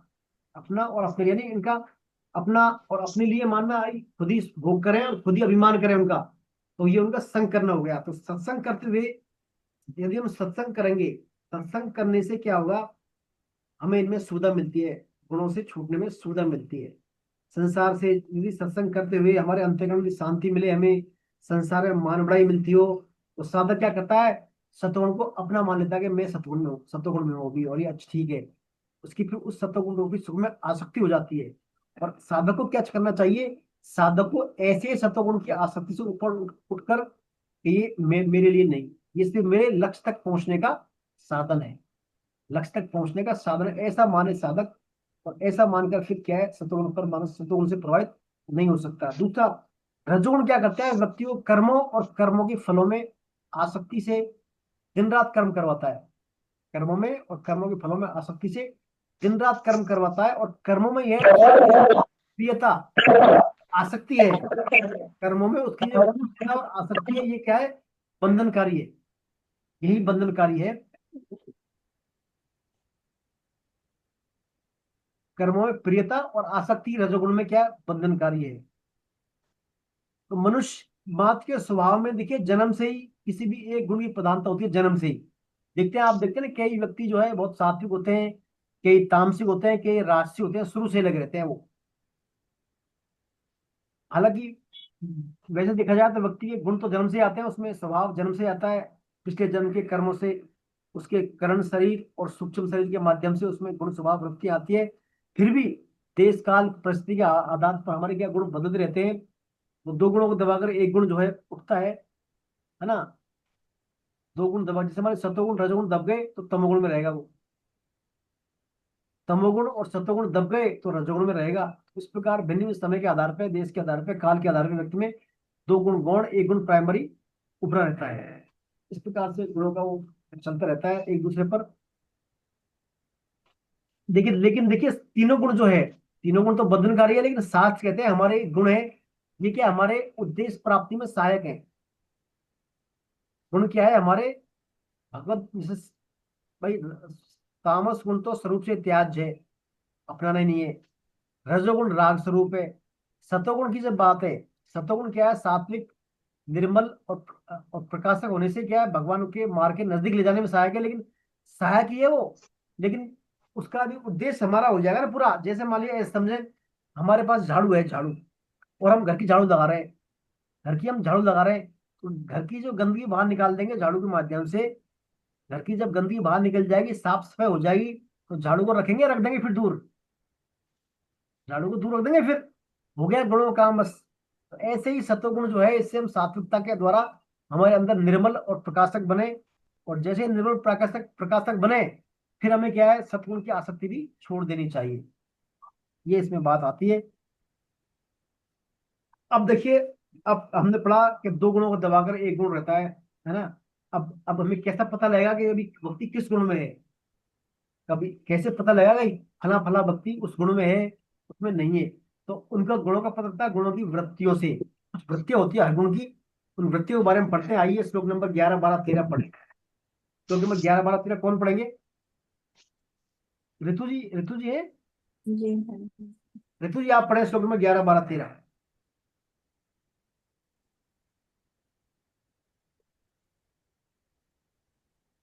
11, 12। हाँ। हरे कृष्ण प्रभु जी। सर्वे द्वारेषु देहे अशिमिरन परिकाशे उपजायते ज्ञानं यदा कदा विद्या द्विवरेधं सत्यवमित्यतु लोभा परिवर्ति आरम्भं करिमाणं शमः स्पृशः रजस्येतानि जयान्ते विवर्धते भारतरभ सरभ अपरिकाशो अपरिवर्तिष्य परमादो मोहो एवं च तमसयेतानि ज्ञानते विवर्धे करुनंदना। जब इस मनुष्य शरीर में सब द्वारों, इंद्रिया और अंतःकरण में प्रकाश, स्वच्छता और विवेक प्रकट हो जाता है, तब यह जानना चाहिए कि सतगुण बढ़ा हुआ है। हे भरतवंश में श्रेष्ठ अर्जुन, रजोगुण के बढ़ने पर लोभ, प्रवृत्तियों, कर्मों का आरंभ अशांति और स्पृहा ये प्रवृत्तियां पैदा होती हैं।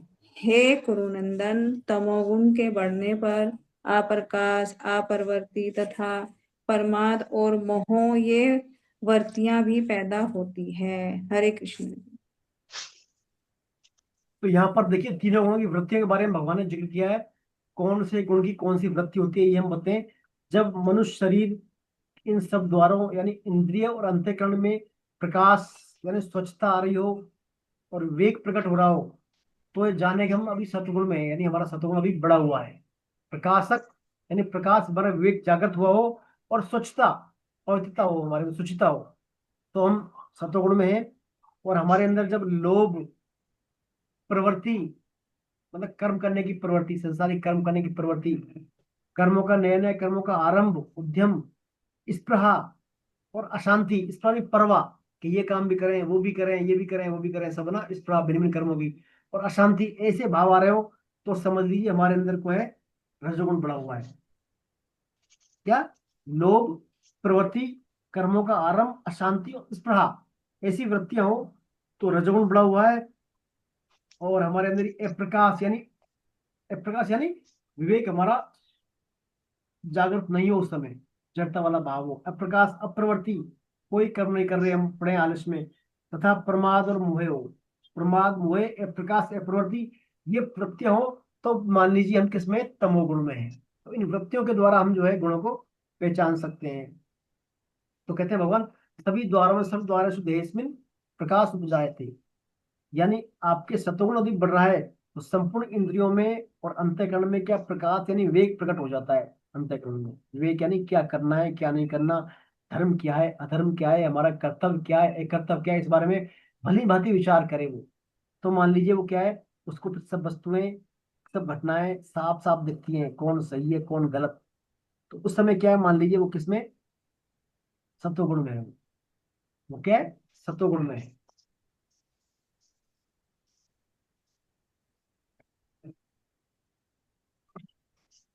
दूसरा, यदि मान लीजिए हमारे पास निर्वाह की चीजें हैं, सभी सभी चीजें हमारे पास हैं, पर्याप्त मात्रा में धन भी है, सब कुछ है, लेकिन फिर भी हम क्या है, उन चीजों को बढ़ाने की इच्छा हो रही है और कि ये और आ जाए, लोभ कर रहे हो, है ना, लोभ कर रहे हैं, इच्छा कर रहे हैं और आ जाए, और पैसा आ जाए, ऐसी लोभ की वृत्ति आए।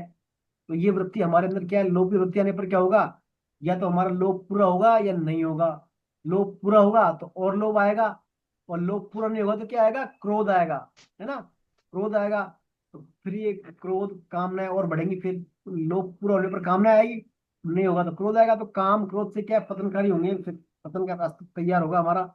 लोभ काम क्रोध पतन ये आएंगे तो सबका फिर तृष्णा होगी हमारे अंदर, ये तृष्णा यानी भूख होगी इन कामों को करने की, कामना होगी, भूख होगी।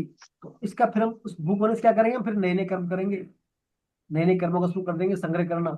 तो ये सब क्या है, फिर हमारा यानी प्रवृत्ति वाला काम हो जाएगा। प्रवृत्ति बढ़ गई हमारे अंदर, कर्म करने की प्रवृत्ति बढ़ गई, तो प्रवृत्ति बढ़ेगी, फिर हमारे अंतःकरण में क्या है, और ज्यादा परवाह करेंगे काम करने की, यानी स्पृहा बोलते हैं उसको, परवाह करना किसी की, स्पृहा, कर्मों की स्पृहा बढ़ेगी।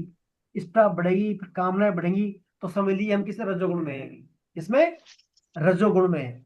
रजोगुण में कामना, इच्छाएं, स्पृहा, तृष्णा सब बढ़ती है, तो रजोगुण हो गया बात। तो देखिए इसमें खास बात यह है, रजोगुण जो है हमारा, ये क्या, कामनाओं के लिए, कामनाओं में राग होने का कारण होता है, राग स्वरूप है ना, राग आता है हमारा संबंध स्थापित करने के कारण। तो यदि हम देखिए, एक तो संसारिक चीजों की कामना करें, संसारिक चीजों की कामना करें, तो संसारिक चीजें क्या प्राप्त हो सकती हैं क्या, ये बताइए मेरे बाप। यदि हम कामना करें तो संसार प्राप्त हो सकता है क्या कामना करने से? कोई जरूरी नहीं है सर, नहीं, नहीं हो सकता सर। कोई जरूरी नहीं है, हो नहीं भी हो सकता है, सकता। नहीं हो सकता। हाँ, नहीं हो सकता। और यदि हम भगवान की प्राप्ति की चाह ना करें तो क्या भगवान प्राप्त हो सकता है क्या? उसमें नुकसान नहीं है कोई, हो भी सकता है। गहरी साधना से, क्या? सच्चाई से, सत्य के पथ पे चल के जी, साधना से हो सकते हैं। नहीं, मैं साधना की बात नहीं कर रहा, मैं कह रहा हूँ चाहना। तो चाहना है हमारे पास, संसार की चाहना, परमात्मा की चाहना। तो संसार का तो मना कर दिया था, नहीं हो सकता, है ना। परमात्मा हो सकता है, नहीं हो सकता, प्राप्ति परमात्मा की। सर हो सकती है, लेकिन जब तक भगवान की इच्छा नहीं होगी तब तक नहीं होगी। भगवान की इच्छा तब तक नहीं होगी, बिल्कुल बिल्कुल सही बात कही। सही बात है, सही बात है। तो देखिए इसमें खास बात यह है, स्वामी जी कई बार बताते हैं इसमें, चाहना हमारी, चाहना है ना, चाहना जो है हमारी, संसार की चाहना करेंगे तो नियम ये है, चाहना संसार की पूरी नहीं होती किसी की भी, नियम है ये, नहीं होती किसी की भी। यदि चाहना संसार की पूरी हो जाए, सभी लखपति हो जाए, फिर कौन गरीब रहेगा? तो सभी चाहते हैं अमीर बनना, कोई ऐसा थोड़ी गरीब बनना चाहे, सब अमीर बनना चाहते हैं, सुखी होना चाहते हैं, तो सभी सुखी अमीर हो जाते यदि चाहना पूरी होती तो। लेकिन चाहना किसी वस्तुतः पूरी नहीं होती। किसी किसी की तो हो जाती है सर। नहीं, वो अलग बात है, वो एक अलग करेंगे उस बात उस पे। लेकिन चाइना, जनरली बात कर रहा हूँ मैं, यूनिवर्सल बात प्रकार से, चाइना पूरी किसी की नहीं होती कदापि भी, है ना। चाइना में देखिए तीन बातें होती हैं। एक तो आपको पहले चाहना करनी है संसार के लिए, चाहना करो भाई साहब मेरे को ये चाहिए। फिर उस चाहना को करने के लिए आपको कार्य करना पड़ेगा, उद्यम करना पड़ेगा, उद्यम, प्रयत्न करना पड़ेगा, यत्न करना पड़ेगा, उद्योग करना पड़ेगा उस चाहना के लिए। और उद्यम करेंगे, और फिर आपके यदि प्रारब्ध में है या नहीं है वो, ये बात भी है। आपके प्रारब्ध में नहीं है तो कितने हाथ पर मान लो आप, नहीं होगा वो काम, होगा नहीं होगा, नहीं हम्म। होगा वो, है ना। तो हाथ में कुछ नहीं आएगा फिर, हाथ में कुछ नहीं आएगा। इससे सिद्ध होता है संसारिक कामनाएं चाहना से पूरी कभी भी नहीं होती, कभी भी पूरी नहीं होती। हम सभी दुखी होते हैं, देखिए जीवन में दुख आते हैं, आ रहे हैं दुख सभी के। तो कभी किसने चाहता कि दुख आए मेरे में? दुख की कामना करी आपने कभी? चाहना करी क्या? दुख की चाहना करी? नहीं सर, करी? कोई फिर नहीं भी दुख आ करता है। रहे हैं, कोई नहीं करता सर। फिर भी दुख आ रहे हैं ना, फिर भी दुख आ रहे हैं। तो इससे सिद्ध तो ये हो रहा है कि चाहना करने से कुछ भी नहीं होता। लेकिन दुख तो दो एक पलट भगवान के गया। मामले में उल्टा है। भगवान की आप चाहना करेंगे ना, तो देखिए संसारिक चाहना में तीन बात, तीन स्टेप क्या हुए? चाहना, उद्योग और प्रारब्ध, तीन बिंदु हो गए। और प्रारब्ध फिर है नहीं है वो पता लगे फिर। जैसा सुखबीर सर ने कहा, हो सकता है सर नहीं भी हो, वो प्रारब्ध के आधार पे, आपके पिछले कर्म अच्छे हैं, आपके कोई अच्छे सिंचित कर्म है तो हो जाएगा, नहीं तो नहीं होगा फिर। लेकिन भगवान के मामले में ऐसा है, भगवान की चाहना करेंगे ना हम तो भगवान प्राप्त हो जाएंगे, ऐसा भगवान कह रहे हैं। ऐसा तो भगवान प्रारब्ध नौ कब पॉइंट कैसे बाईस में, पता भगवान चलता ने है नौ जी पॉइंट मुझे बाईस कुछ में कहा है, प्रारब्ध है ये? योग क्षम वाहम्यम वाले श्लोक में कहा है, और 8.14 में कहा है, तस्याम सुलभ पार्थ है, हे पार्थ में उनके लिए सुलभ हूँ, अनायास चिंतन तो माम योजना पर्युपासते, जो मतलब अन्य भाव से मुझे उपासना करते हैं उनके लिए मैं सुलभ हूँ। ये भगवान का कमिटमेंट है, भगवान ने लिया ना हम्म। एग्रीमेंट, कहा है सुलभ हूँ उनके लिए मैं। भगवत गीता में एक बार भगवान ने सुलभ शब्द का उपयोग किया 8.14 में, मैं उनके लिए सुलभ हूँ। कौन के लिए? जो अनन्य भाव से मेरा चिंतन करते हैं, मेरी चाहना करते हैं, उनके मैं सुलभता से मिल जाता हूँ, मैं किसी भी रूप में मिल जाता हूँ, किसी भी रूप में मिल जाता हूँ, मैं उनके मिल जाता हूँ। तो भगवान कमिटमेंट कर रहे हैं उसका। तो परमात्मा प्राप्ति तो चाहना ही बस करने की देर है हमारी, लेकिन हम क्या चाहना ईमानदारी से नहीं करते, हम चाहना ईमानदारी से नहीं करते। यदि ईमानदारी से चाहना कर लेना, भगवान से कह रहे हैं, कई श्लोकों में भगवान ने कहा है, नैना चिंतन तो माँ, ये जना परिउपासना, जो मेरी उपासना करते हैं अनन्य भाव से, सुबह उठने से लेकर रात को गहरी नींद तक मेरा चिंतन रखते हैं, मन बराबर उद्देश्य के प्रति अवेयर रहते हैं, तो मैं उनके लिए सुलभ हूँ, तस्याम सुलभ पार्थ है, उनके लिए सुलभ हूँ मैं। तो भगवान वहां तो मिल जाते हैं, लेकिन संसारिक कामनाएं पूरी नहीं होती। और हम क्या करते हैं? उल्टा काम करते हैं, चाहना करते हैं संसार की, हो जाए ये, हो जाए वो, हो जाए, तो वो तो होता नहीं है। और जो होने जाना है वहां फिर करते नहीं है चाहना, है ना। तो रजोगुण क्या करता है? व्यक्ति को इन्हीं संसारिक चाहना में उलझा देता है, भिन्न भिन्न कर्मों की प्रवृत्ति आएगी, फिर उसमें स्पृहा आएगी, स्पृहा आएगी, प्रवृत्ति आएगी। प्रवृत्ति से मान लीजिए उसको जो लोभ पैदा होगा वो पूरा हो जाएगा काम, तो और लोभ होगा, और नहीं हुआ तो क्रोध आएगा, क्रोध आएगा तो क्या, बुद्धि भ्रमित होगी, बुद्धि का नाश होगा, और बुद्धि नाश प्रणश्यति, पतन का मार्ग प्रशस्त हो जाएगा उसका। कहने का तात्पर्य है, रजोगुण जो है हमें भिन्न भिन्न कर्मों की स्पृहा आसक्ति के द्वारा फंसाता रहता है, उलझाता रहता है, लगाता है रजोगुण में, है ना। और सत्वगुण लगाता है सुख और ज्ञान की आसक्ति के द्वारा उलझ जाता है। और तीसरा आता है तमोगुण। तमोगुण के बारे में क्या क्या लिखा है देखिए, प्रकाश और अप्रवृत्ति, यानी तमोगुण का व्यक्ति क्या है? अप्रवृत्ति, यानी एक तो होती है प्रवृत्ति, यानी काम करने की, वो एक अप्रवृत्ति, कोई काम नहीं करेगा, सो जाए उड़ के, सर उड़ के साहब, सर्दी गर्मी में उड़ के सो गए दिन भर, कोई काम ही नहीं कर रहे साहब बिल्कुल, तो वो बोलते हैं अप्रवृत्ति। प्रमाद, यानी करने लायक काम तो करेंगे नहीं, फालतू मतलब इधर उधर खेलना कूदना, ये मोबाइल बाजी में लगना, इधर फालतू कामों में लगे रहेंगे, वो प्रमाद हो गया, है ना। इनमें लगे रहेंगे हम, प्रवृत्ति रहेगी। उससे क्या होगा, हमारी ये तमोगुण में क्या है, प्रकाश रूपी प्रवृत्ति, यानी हमारे विवेक विरोधी भाव काम करेंगे। जो करने लायक काम नहीं करेंगे, विवेक विरोधी, जो हमारा वास्तव में कल्याण होता हो उन कामों तो करेंगे नहीं, और जो है फंसवाने वाले हैं उन कामों को हम करेंगे। तो विवेक विरोधी भाव आता है हमारा तमोगुण में। इसलिए तमोगुण क्या है, उल्टा माना गया है, प्रमाद स्वरूपी उल्टा मन, निरर्थक कर्मों में लगाएगा तमोगुण हमें, है ना। तो आप देख लीजिए, जब आपको निरर्थक काम कर रहे हो, है ना, निरर्थक काम कर रहे हो, प्रवृत्ति हो रही है आप में, बिल्कुल आलस प्रमाद हो, तो मान लीजिए आप तमोगुण इस पर हावी है, आप पर तमोगुण क्या है, हावी है। तो इसमें बताया गया अपनी में, अतः निरर्थक कर्मों में या संसार के सर्वनाश करने में भी उनकी क्या अधिक होती है, लेकिन रजोगुण अपने विवेक का दुरुपयोग करके पतन के रास्ते बहुत तेजी से दौड़ता है। ये योग रूप आकाश में उड़ान भरने के लिए अभ्यास और वैराग्य रूप दोनों पंखों का मजबूत होना आवश्यक है। अभ्यास से तमोगुण और वैराग्य से रजोगुण खत्म होता है। अभ्यास से तमोगुण का और वैराग्य से रजोगुण का खत्म होता है। अतः इनका सदुपयोग कर परमात्मा प्राप्ति में लग जाए। देखिए, रजोगुण और सत्वगुण, रजोगुण और तमोगुण दोनों क्या बंधनकारी हैं। बंधनकारी सत्वगुण भी है, लेकिन ये ज्यादा बंधनकारी है। सत्वगुण तो धीरे धीरे आपको शुद्ध सत्व, मलिन सत्व, शुद्ध सत्व पे ले आएगा, लेकिन रजोगुण जो कर्मों की प्रवृत्ति है, स्पृहा और ये है, ये आप क्या है, आपको ट्रैक से नीचे उतारे। तो ये भगवान करेंगे सदुपयोग कैसे हो इनको। देखिए, इसमें प्रश्न दिया आपने में, रजोगुण में राग आसक्ति बहुत अधिक है, इसलिए वह अधिक दिन रात घोर कर्म में लगा हुआ है, और तमोगुणी व्यक्ति में प्रकाश है ही नहीं। फिर रजोगुणी और तमोगुणी का उद्धार कैसे होगा। कितना अच्छा प्रश्न, देखिए। सामान्य उपायों से तो संभव नहीं कि प्रभु कृपा से सब कुछ संभव है। जैसा ऋतु जी ने कहा, प्रभु कृपा से सब कुछ संभव है। भगवान अपने अकिंचन भक्तों के लिए अर्थ धर्म काम संबंधी प्रयास को कृपा पूर्वक विफल कर देते हैं, और भगवान ने कृपा पूर्वक सृष्टि की रचना कुछ इस तरह से की है कि यहाँ सुख खोजने पर भी अंत में दुख ही हाथ आता है। अतः कृष्ण कृपा से जीवन में जब कोई महान दुख उपस्थित होगा, महान दुख या विषाद ही वेग शक्ति को जागृत कर सकता है। जब हमारा विषाद आता है, दुख आता है, तभी हमारा क्या है, विवेक शक्ति जागृत होती है। कहते हैं प्रतिकूल परिस्थितियों में ही व्यक्ति का व्यक्तित्व में निखार आता है।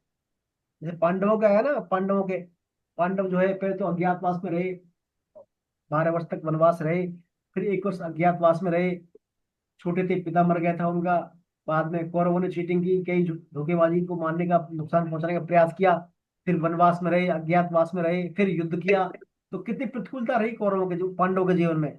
तो प्रतिकूलता से क्या है, उनका व्यक्तित्व निखार आ गया। फिर देखिए अर्जुन कितना बलशाली बन गया, भीम को कितनी शक्तियां प्राप्त हो गई, युधिष्ठिर धर्मराज बन गए, है ना। प्रतिकूलता से हमारा क्या है, व्यक्तित्व निखरता है। तो ऐसे विषाद जब हमारा जीवन में आता है, तो उस विषाद के द्वारा जब हम विषाद के कारण की खोज करते हैं, क्यों है विषाद, ये दुख क्यों है, दुखों के कारण की खोज करने पर हमारा क्या है, विवेक जागृत हो जाता है।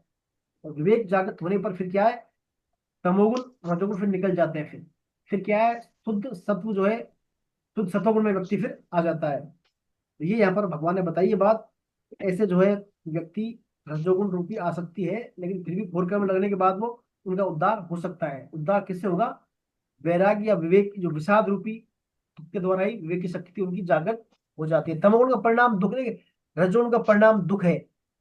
तमोगुण का परिणाम भी हानि करने वाला है। जब परिणाम में दुख और विषाद आ रहे, और फिर विषाद के फलस्वरूप फिर उनका जो है व्यक्तित्व में निखार आ जाता है। तो ये हमारी विवेक शक्ति को जागृत कर जाइए। इसमें बात है श्लोकों की, श्लोकों में। तो फिर इसमें एक दिया है अंतमतिशो गति, यानी हमारे कर्म से भाव और भाव से कर्म पुष्ट होते हैं। इसलिए हमारे यहाँ आचार विचार दोनों का महत्व माना गया है। परमात्मा प्राप्ति के लक्ष्य को दृढ़ करते ही सत विचारों का सृजन आरंभ हो जाता है। हमें पूर्व वासना को अनुसार विचार आते हैं। इस क्षण का विचार पूर्व क्षण के विचार का विस्तार ही तो है। विचारों में सातत्य प्राय बना रहता है। ऐसा नहीं होता कि किसी चिकित्सक को स्थापत्य कला कोई शुभ चिंतन आ जाए, और या किसी इंजीनियर को रात रात कैंसर के रोग के उपचार की प्रेरणा आ जाए। ये हमारे पूर्वजन्म के संस्कारों से ही जो कर्म और विचार आते हैं। अतः अंत समय में निर्गुण वृत्ति बनी रहे, इसके लिए हमें आचार विचार पर काम करना होगा। अंत समय में गुणों की तात्कालिक वृत्तियों का भगवान फल बताएंगे। यानी हमारे जो तो वृत्तियां, विचार, संकल्प विकल्प जो आते हैं मन में हमारे में, है ना, ये सब संकल्प विकल्प विचार हमारे पूर्वजन्म के कर्मों के चिंतन से आते हैं।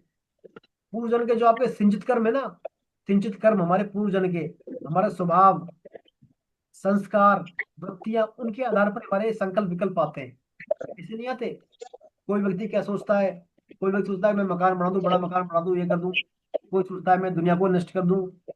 कोई सोचता है मैं पूरी भागवतम पढ़ लूं, गीता पढ़ लूं। तो अलग अलग विचार क्यों आते हैं? पूर्व जन्म के संस्कारों के कारण आते हैं, हमारे अंदर विचार वृत्तियां आती है ना। फिर उन्हीं के आधार पर व्यक्ति के सकल विकल्प स्फुरणाएं आती है तरह तरह की, उनसे फिर उसके व्यवहार का, चरित्र का भी, आचरण का निर्माण होता है। आइए श्लोक नंबर 14 और 15 पढ़ते हैं। अब इन जो है गुणों की मैं पढ़ूं?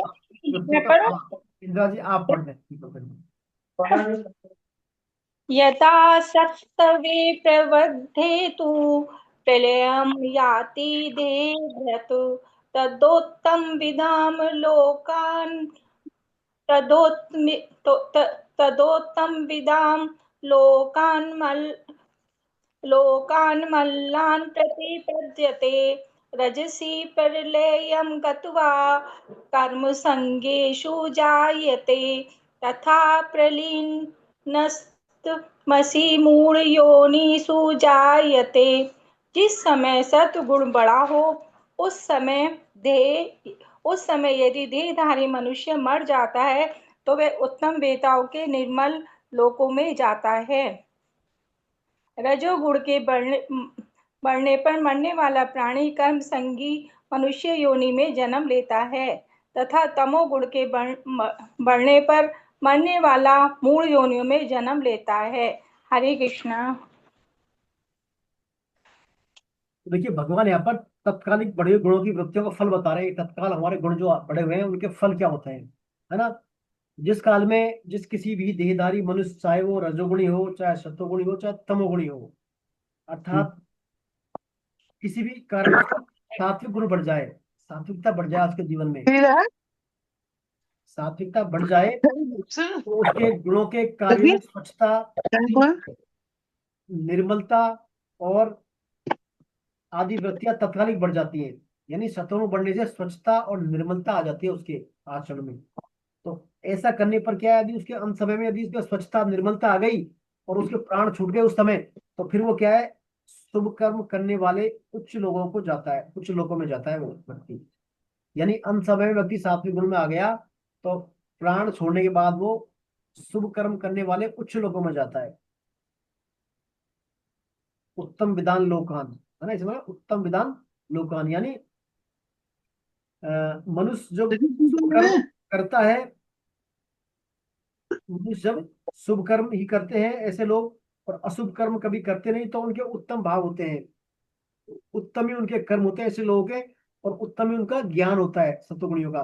तो ऐसे पुण्यकर्मा लोगों का जिन लोगों पर अधिकार हो जाता है उन्हें यहाँ पर निर्बल लोगों में कहा गया है, उनके लिए निर्बल लोगों में जाता है। जिनका शरीर सत्वगुण पर छूटा है वह उम्र भर चाहे कैसे भी कर्म करे वो, लेकिन यदि अंत में सत्वगुण में है तो वो उच्च लोगों, निर्बल लोगों में ही जाएगा। इससे क्या सिद्ध होता है? इससे सिद्ध ये होता है कि गुणों से उत्पन्न होने वाली वृत्तियां भी कर्मों की अपेक्षा कमजोर नहीं है।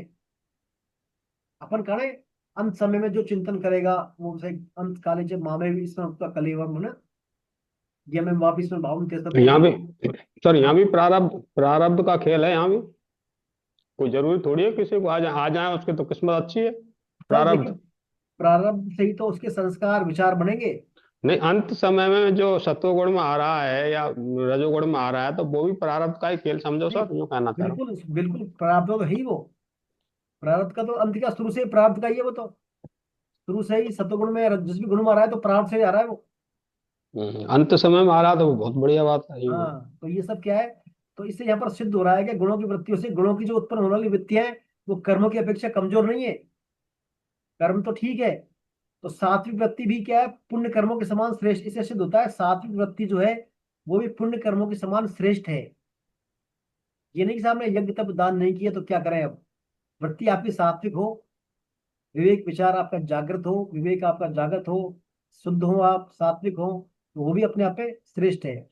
इस दृष्टि से शास्त्र रहित, इस दृष्टि से शास्त्र विहित पुण्य कर्मों का भी भाव का महत्व है। आपके अंदर भाव हो पुण्य कर्म करने के, शास्त्र विहित है ना, वो भी क्या है, भाव है। तो देखिए पुण्य सात्विक भाव का बहुत ऊंचा स्थान है शास्त्रों में। आपका भाव सात्विक हो ना तो देखिए बहुत ऊंचा स्थान है इनका। पदार्थ, क्रिया, भाव, उद्देश्य, ये चारों कर्म से एक दूसरे से ऊंचे हैं।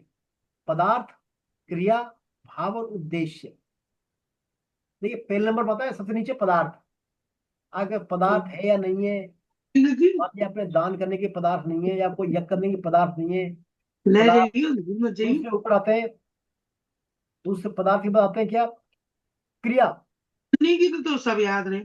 तीसरा आता है भाव, चौथा उद्देश्य। आपका भाव सात्विक हो, बताइए उद्देश्य ना, परमात्मा प्राप्ति हो, तो भी काम रात बन के बारे जाता है, में बता रही है। तो भी काम क्या है, बन जाता है। सबसे ऊपर किसका हुआ है स्थान, भाव का, उद्देश्य का। पदार्थ, क्रिया, भाव और उद्देश्य। उद्देश्य आपका सात्विक है, परमात्मा प्राप्ति का है, उद्देश्य कल्याण प्राप्ति का है, तो वो भी अपने आप में श्रेष्ठ श्रेष्ठ बना है। ऐसे व्यक्तियों को भी क्या है, बहुत प्राप्ति हो जाती है। तो रजोगुण और तमोगुण की अपेक्षा सत्वगुण की वृत्ति सूक्ष्म और व्यापक होती है। और सत्वगुण की प्रवृत्ति क्या सूक्ष्म होती है और व्यापक होती है। लोग में भी स्थूल की अपेक्षा सूक्ष्म का आहार कम होता है। जैसे देवता लोग सूक्ष्म होने से केवल सुगंधि से ही तृप्त हो जाते हैं। देवता लोग अपन करते हैं धूप बत्ती, यदि भगवान को सेंट बत्ती लगा दी, तो भगवान क्या, देवता जो देवताओं को लगाते हैं ना, क्या ये उस देवता उस सुगंध से ही क्या है पुष्ट हो जाते हैं, है ना देवता लोग। ऐसे ही, लेकिन उनमें शक्ति ज्यादा होती है हमसे, तो स्थूल की अपेक्षा सूक्ष्म में ज्यादा शक्ति होती है ना। तो वृत्ति भी क्या है, सबसे कम सूक्ष्म वृत्ति है सत्वगुण की, उसलिए शक्तिशाली वृत्तियां हैं सत्वगुण की, सूक्ष्म होने के कारण, है ना। तो ये इसमें बात है। फिर जो अगला श्लोक है, रजसी प्लम गत्वा कर्म संगी सुजायते था प्रियस्तमसि मूढ़ योनि सुजायते। यानी रजोगुण के बढ़ने पर मरने वाला प्राणी कर्म संगी मनुष्य योनि में जन्म लेगा। सत्वगुण वाला मुक्ति खा जाएगा, निर्मल लोकों में जाएगा, और रजोगुण वाला मुक्ति खाएगा, मृत्यु लोक में आएगा। और तमोगुण में मरने वाला मुक्ति कह जाएगा मूढ़ योनि सुजायते, वो मूढ़ योनि में जाएगा, निम्न लोकों में जाएगा। अंत समय में जिस किसी भी मनुष्य में कि जिस किसी कारण से रजोगुण की लोभ, प्रवृत्ति, अशांति, स्पृहा आदि वृत्तियां बढ़ जाती है, उसी वृत्ति के चिंतन में उसका शरीर छूट जाता है, तो वह मृतात्मा प्राणी के कर्मों को आसक्त करने वाले मनुष्य में जन्म लेता है। लेकिन अंत समय में यदि मान लीजिए उसमें लोभ आ गया, स्पृहा वृत्ति आ गई, है ना, परिवार की चिंता हो गई ज्यादा उसको, भाई दुकान कौन संभालेगा मेरे बाद, अब पूरे बिजनेस चौपट हो जाएगा, अब क्या होगा, है ना, ऐसी प्रवृत्ति आ गई, तो उसको अंततः वही आना है, फिर मृत्यु लोक में उसको वो अपनी नेचर, आना है। हाँ जी, हाँ। आचार्य जी वो अपनी नेचर कैसे बदलेगा कि अंत काल में बोलते हैं कि उसने ईश्वर का नाम सिमरन किया तो अभ्यास और मुक्ति मिल वैराग्य द्वारा, जाएगी। अभ्यास और वैराग्य द्वारा, अभ्यास और वैराग्य द्वारा, पहले भी आया कई बार, अभ्यास करें नहीं, भगवान की दया। अभ्यास अंतिम करण में वो अभ्यास क्या करेगा, ज्यादा ज्यादा नहीं, भगवत गीता का अंत पाठ सुना देते हैं। नहीं नहीं नहीं, अभ्यास तो उसको अभी से करना पड़ेगा अंत में थोड़ी होगा। अभ्यास तो उसको अभी से करना पड़ेगा। अंत में तो कुछ नहीं कर पाएगा, उसकी मन बुद्धि इंद्रियां सब शिथिल हो जाएंगी, शरीर अयोग चलने फिरने में हीन हो जाएगा, वो परिवार पर आश्रित हो जाएगा, अपने ऊपर स्वजनों पर कुछ नहीं कर पाएगा वो। तो अभी से करना, तैयारी करनी है। हमने गीता क्यों पढ़ रहे हैं ये, आप हम गीता यही क्यों तो पढ़ रहे पढ़ते आ रहे हैं ना, हैं? यही पढ़ रहे हैं ना कि शुरू से भाई अंत काल में अगर हम 7वां अध्याय सुनाते हैं, खासकर जब मरता है आदमी, कोई हैं? इंसान मर रहा हो, नहीं वो तो या सब बात ठीक है, हमने तो अभी पढ़ लिया आठवां 7 अध्याय। आठवां हमने तो हाँ 8वां अध्याय जी, अभी पढ़ लिया। आठवां आपको तो जी, पता है कि भाई अंत में भी 8वां होता है। अध्याय, 8वां। तो उसको हाँ। बोलते हैं कि इतनी हजारों बिच्छू के डंक मारने जैसी उस टाइम पे उसको फील होता है कि हजार बिच्छू जैसे, करोड़ों बिच्छू जैसे काट रहे हो। वो ईश्वर का नाम सिमरन, नारायण का नाम सिमरन कैसे करेगा। नहीं तो वो दुख जब होगा जब वो भगवान से विमुख है, वो भगवान से विमुख है ना वो। भाई जो हमने पढ़ा ना, भगवत गीता क्या करती है, हमारे जीवन की दशा और दिशा को बदल देती है भगवत गीता। और तभी तो भगवत गीता पढ़ रहे हैं हम, तभी तो मैंने तो भगवत। खुद देखा जी, कोई मरता हुआ देखा बंदा कि उसको तो चैन ही नहीं था पूरी, मतलब कभी वो बैठता, कभी उठता, कभी वो बैठता, कभी उठता, उसको भगवत गीता सुना लो या कुछ भी सुना लो, उस बंदे पर को चैन उसको नहीं था। देखिए पर ये उसको पहले से अभ्यास नहीं था ना, पहले से गीता का वो होता या भगवान का वो करता, तो शायद इतना कष्ट महसूस नहीं करता। नहीं नहीं, ये भी तो पढ़ा भगवान कि हमने कि अगर लास्ट समय में जब उसके प्राण निकल रहे हो, भगवत गीता का पाठ पढ़ाया जाए तो उसको मुक्ति मिलती है। जाता है, हाँ ऐसा तो शास्त्र वही में तो लिखा है। पूछना चाह रही हूँ। ऐसा ऐसा शास्त्र में प्रावधान है। बिल्कुल सही करिए आप, 8.5 और 8.6 श्लोक में है। लेकिन हाँ होता क्या जी, है, उस समय उनकी इंद्रियां जब काम कर रही हो, सुने जब तो काम बढ़े ना भाई ये तो शास्त्रों में प्रावधान है, तो हम हमारा कर्तव्य करना, भाई कर से मणासन वृत्ति हो, भगवान नाम सुनाना चाहिए, परम सेवा है ये हम तो हमारा काम कर रहे हैं, है ना। परम सेवा वाला काम है, करना चाहिए। और ऐसा शास्त्र में आता है, अंत समय में यदि क्या पता आ जाए, उसकी वृत्ति में आ जाए बहुत कृपा से। कहते हैं यदि उनके सामने भगवान की फोटो दिखानी चाहिए, भगवान के चित्र, ऐसा कुछ शास्त्र हो, तो भी क्या पता आ जाए। अभी तो उसके प्रारब्ध कर्म कैसे, उस जीवन भर कैसे कर्म किए उसने, भगवान से सम्मुख रहा विमुख रहा हो, एक भगवान से विमुख रहा हो, भगवान को मानता नहीं है, तो उसे क्या असर करेंगे फिर बातें वो, है ना। तो वो तो ठीक है, उसकी बात ठीक है, हमने तो गीता पढ़ ली अभी, हम तो गीता पढ़ रहे हैं, हम तो समझते हैं इन बातों को, तो हम तो हमारे कम जीवन तो कम से कम सही करें हम अभी। बस ये है कि जी और का भी तो उद्धार हो, जब हम इतने ज्ञानी बन जाएंगे किसी और को भी तो समझा सके ना। क्यों नहीं जब होगा हमें उद्धार, खुद का ज्ञान हो औरों का जाए। होगा ना उद्धार, औरों का उद्धार क्यों नहीं होगा। सबका होगा, आप बताइए, सबको जो पढ़ेंगे वो, लेकिन पढ़ना तो खुद में पड़ेगा उनको। चलिए अपन आगे चलते हैं इसमें, है ना। तो रजोगुण में क्या है, आप देखिए इसमें बात आगे आएगी जब पढ़ेंगे, कि जिस व्यक्ति ने उम्र भर अच्छे काम आचरण किए हैं, अच्छे भाव रहे हैं उसके, और अंत काल में यदि रजोगुण में आ जाए उसमें वो व्यक्ति, अंत काल में वो रजोगुण में आ जाए, तो मरने के बाद वो फिर क्या है, मनुष्य योनि में रहेगा वो, उसके आचरण भी अच्छे रहेंगे और शुभ करने कर्म करने वाला ही होगा, लेकिन वो क्या है, आसक्ति वाला होगा, उसकी मनुष्य योनि में, मतलब अपने उस परिवार में आसक्ति होगी। जिसके जीवन में काम क्रोध आदि की मुक्तता रही है, देखिए, जिसके जीवन में काम क्रोध आदि की मुक्तता रही है, वह यदि रजोगुण के बढ़ने पर मरता है, तो मनुष्य योनि में जन्म लेने पर विशेष रूप से आसुरी संपत्ति वाला होगा वो। क्या होगा वो, आसुरी संपत्ति वाला होगा, काम क्रोध वो आएगा वो। यदि अंत में क्रोध काम में जा रहा है ना वो, तो काम क्रोध वाली प्रवृत्ति एक बार करेगा, अगले बढ़ते वो, है ना। 3 प्रकार के स्वभाव के मनुष्य होते हैं इसमें। परंतु एक विशेष ध्यान देने वाली बात यह है कि रजोगुण की वृद्धि पर मरकर मनुष्य बनने वाले प्राणी कैसे ही आचरण वाले क्यों नहीं हो, उन सब में भगवत प्रद विवेक तो रहता ही है, विवेक तो मनुष्य योनि में रहता ही है ना।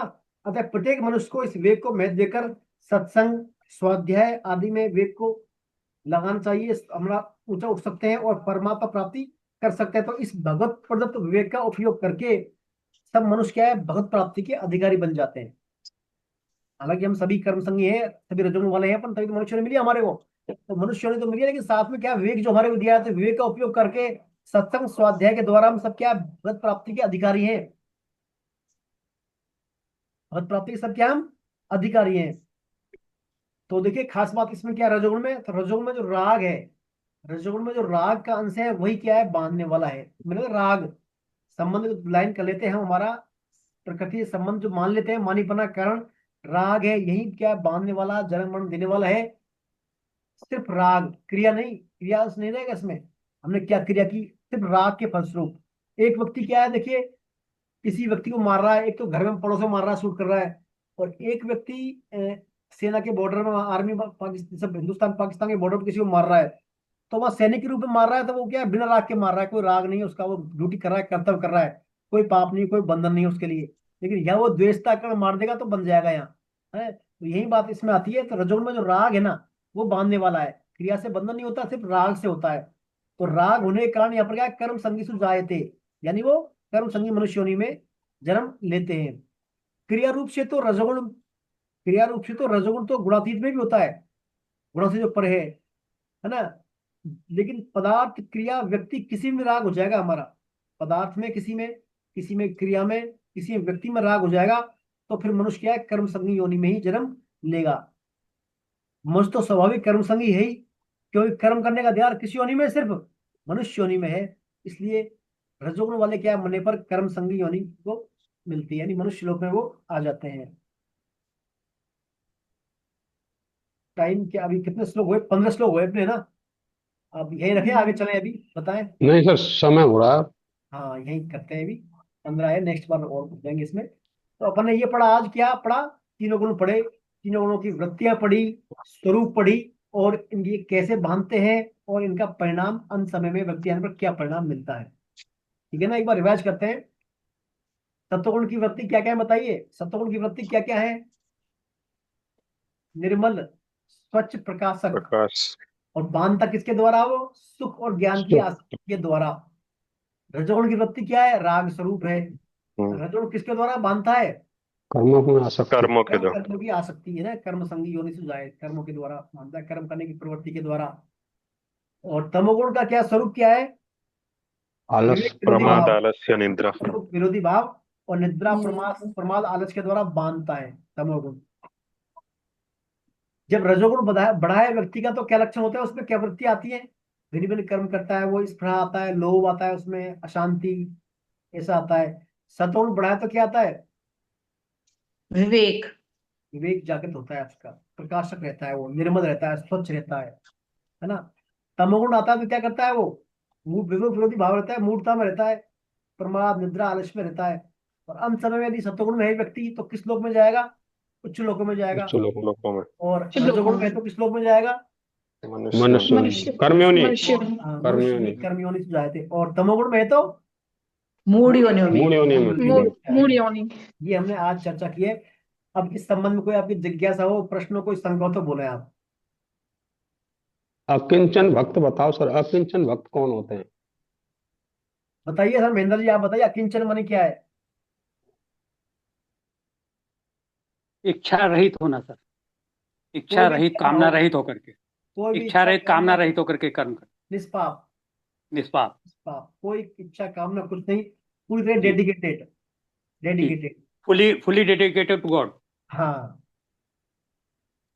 ये सर आज की समरी अगर आदेश करे तो सुना जी दूं सर, सर। जी सर, बोले सर, बोले, आप बोले। आप सभी भक्तों के चरणों में प्रणाम, आचार्य जी को नमस्कार। ये जो आज प्रभु की कृपा से गुण त्रय विभाग पढ़ने का और सुनने का सौभाग्य मिला, ये मनुष्य जीवन का एक महत्वपूर्ण अंग है, क्योंकि हम गुणों के बगैर रह नहीं सकते। गुण हमारे शरीर का, इस मनुष्य शरीर का महत्वपूर्ण अंग है। लेकिन क्या है कि गुण जीव को नहीं बांधते हैं, परंतु जीव ही उनका संग करके बंध जाता है। संग यानी गुणों को अपने में मानना ही, उनसे एकात्मा ही करना गुण संग है। किसी वस्तु, व्यक्ति, परिस्थिति में गुण देश देखना ही गुणों के बंधन में फंसना है। बांधने की प्रक्रिया क्या है और छूटने का सरल उपाय क्या है, यही इस अध्याय का उद्देश्य है। गुणमयी माया भगवान की शक्ति है, जिसका काम है विवेक शक्ति को प्रछन्न करना। इससे पुरुष को अपने स्वरूप की विस्मृति हो जाती है, वह बंधन में पड़ जाता है। बंधन दो तरीके से होता है, प्रकृति से और प्रकृति के कार्य गुणों से। तत्व का मनन करने वालों, जिस मनुष्य का शरीर के साथ अपनापन नहीं रह जाता है, वह मुनि कहलाता है। प्रकृति भगवान की है, श्री कृष्ण शुद्ध चैतन्य स्वरूप हैं। अतः महासर्ग के आरंभ में जीवों का अपने गुण, कर्म और स्वभाव के अनुसार संकल्प मात्र से योनि विशेष से संबंध करा देना ही बीज का स्थापन करा देना है। जरायुज, अंडज, स्वेदज और उद्भिज सब में बीज रूप में पिता स्वरूप में श्री कृष्ण ही हैं। भगवत रूप बीज अव्यय और सनातन है। मूल प्रकृति से सत्व, रज, तम ये तीन गुण पैदा होते हैं। जीव अविनाशी है, इसलिए गुण उसे बांध नहीं सकते। लेकिन जीव गुणों के कार्य, पदार्थ, धन, परिवार, स्वभाव, वृत्तियां, परिस्थितियां या क्रियाएं आदि को अपना मान लेने के कारण वह बंध जाता है और सुखी दुखी होता रहता है। यही गुणों के द्वारा अविनाशी जीव का बंधन है, जबकि हम अविनाशी हैं।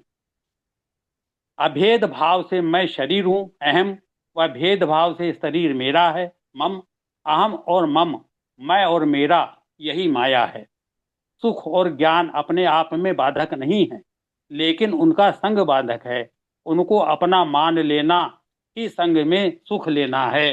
तत्व ज्ञानी वेदों से सार तत्व को जानकर वेदों गुण भाव से भी असंग तीनों गुणों से रहित हो जाते हैं।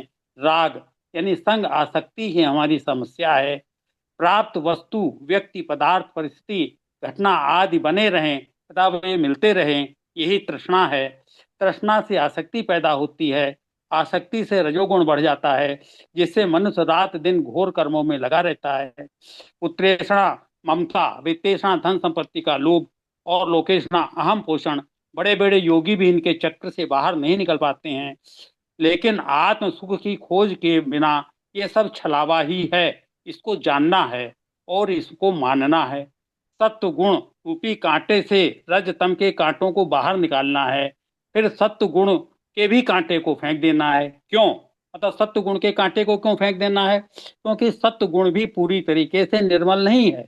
तत्व गुण के दो रूप हैं, शुद्ध तत्व जिसका उद्देश्य सिर्फ परमात्मा की प्राप्ति करना है, और दूसरा मलिन तत्व है जिसका उद्देश्य सांसारिक भोग संग्रह का होता है। सत्व गुण प्रकृति का कार्य होने से सर्वथा निर्विकारी नहीं है, लेकिन तमो रजो की अपेक्षा कम विकारी होने के कारण तथा परमात्मा की प्राप्ति में सहायक होने एवं गुणातीत होने के बहुत समीप होने के कारण सत्व गुण को अनामय निर्विकार भी कहा गया है। अतः उक्त गुणों में न फंस करके अपने लक्ष्य से भटकना नहीं है, परम लक्ष्य परम सत्य का अनुभव करें। अतः लक्ष्य सत्य है, सत्व गुण नहीं। सत्यम परम धीमय। रजोगुण तमोगुण तो अन्य शरीरों में भी होते हैं, परंतु सत्व गुण केवल मनुष्य आदि शरीर में रहता है। अतः हम अपने सत्व गुण को आगे बढ़ा करके उस परमात्म तत्व की खोज में लगें और अपने इस शरीर का और गीता के अध्ययन का परम लक्ष्य प्राप्त करें। हरे कृष्णा। सभी के चरणों में पुनः वंदन। हरे कृष्णा सर, बहुत सुंदर समराइज किया आपने। सभी भाव आपने इंक्लूड कर लिए शुरू से अंत तक के। बहुत अच्छा है सर, आपका बहुत बहुत धन्यवाद। अच्छा, और कोई बोलना चाहेंगे?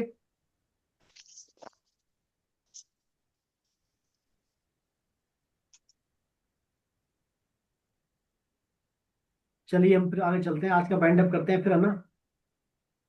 चलिए इंदिरा जी कीर्तन करवाइए आप। कराते। हरे कृष्ण कृष्ण कृष्ण हरे हरे कृष्णा कृष्ण कृष्ण हरे हरे हरे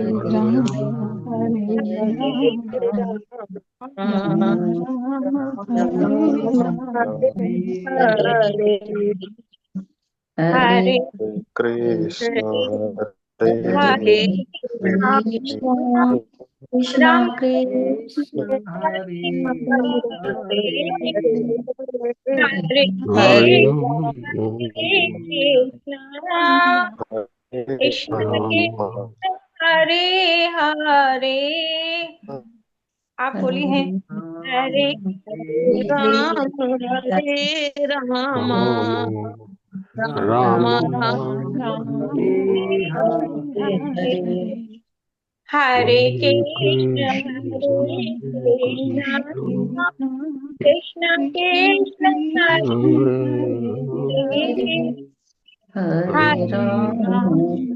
हरे राम हरे कृष्णा हरे कृष्णा हरे कृष्णा। नाम संकीर्तनम यस्य नाम संकीर्तनम यस्य सर्वपापनाशनम सर्वपापनाशनम नामोदकशमनमस्तम प्रणामोदकशमनमस्तम नमामि हरिं परम।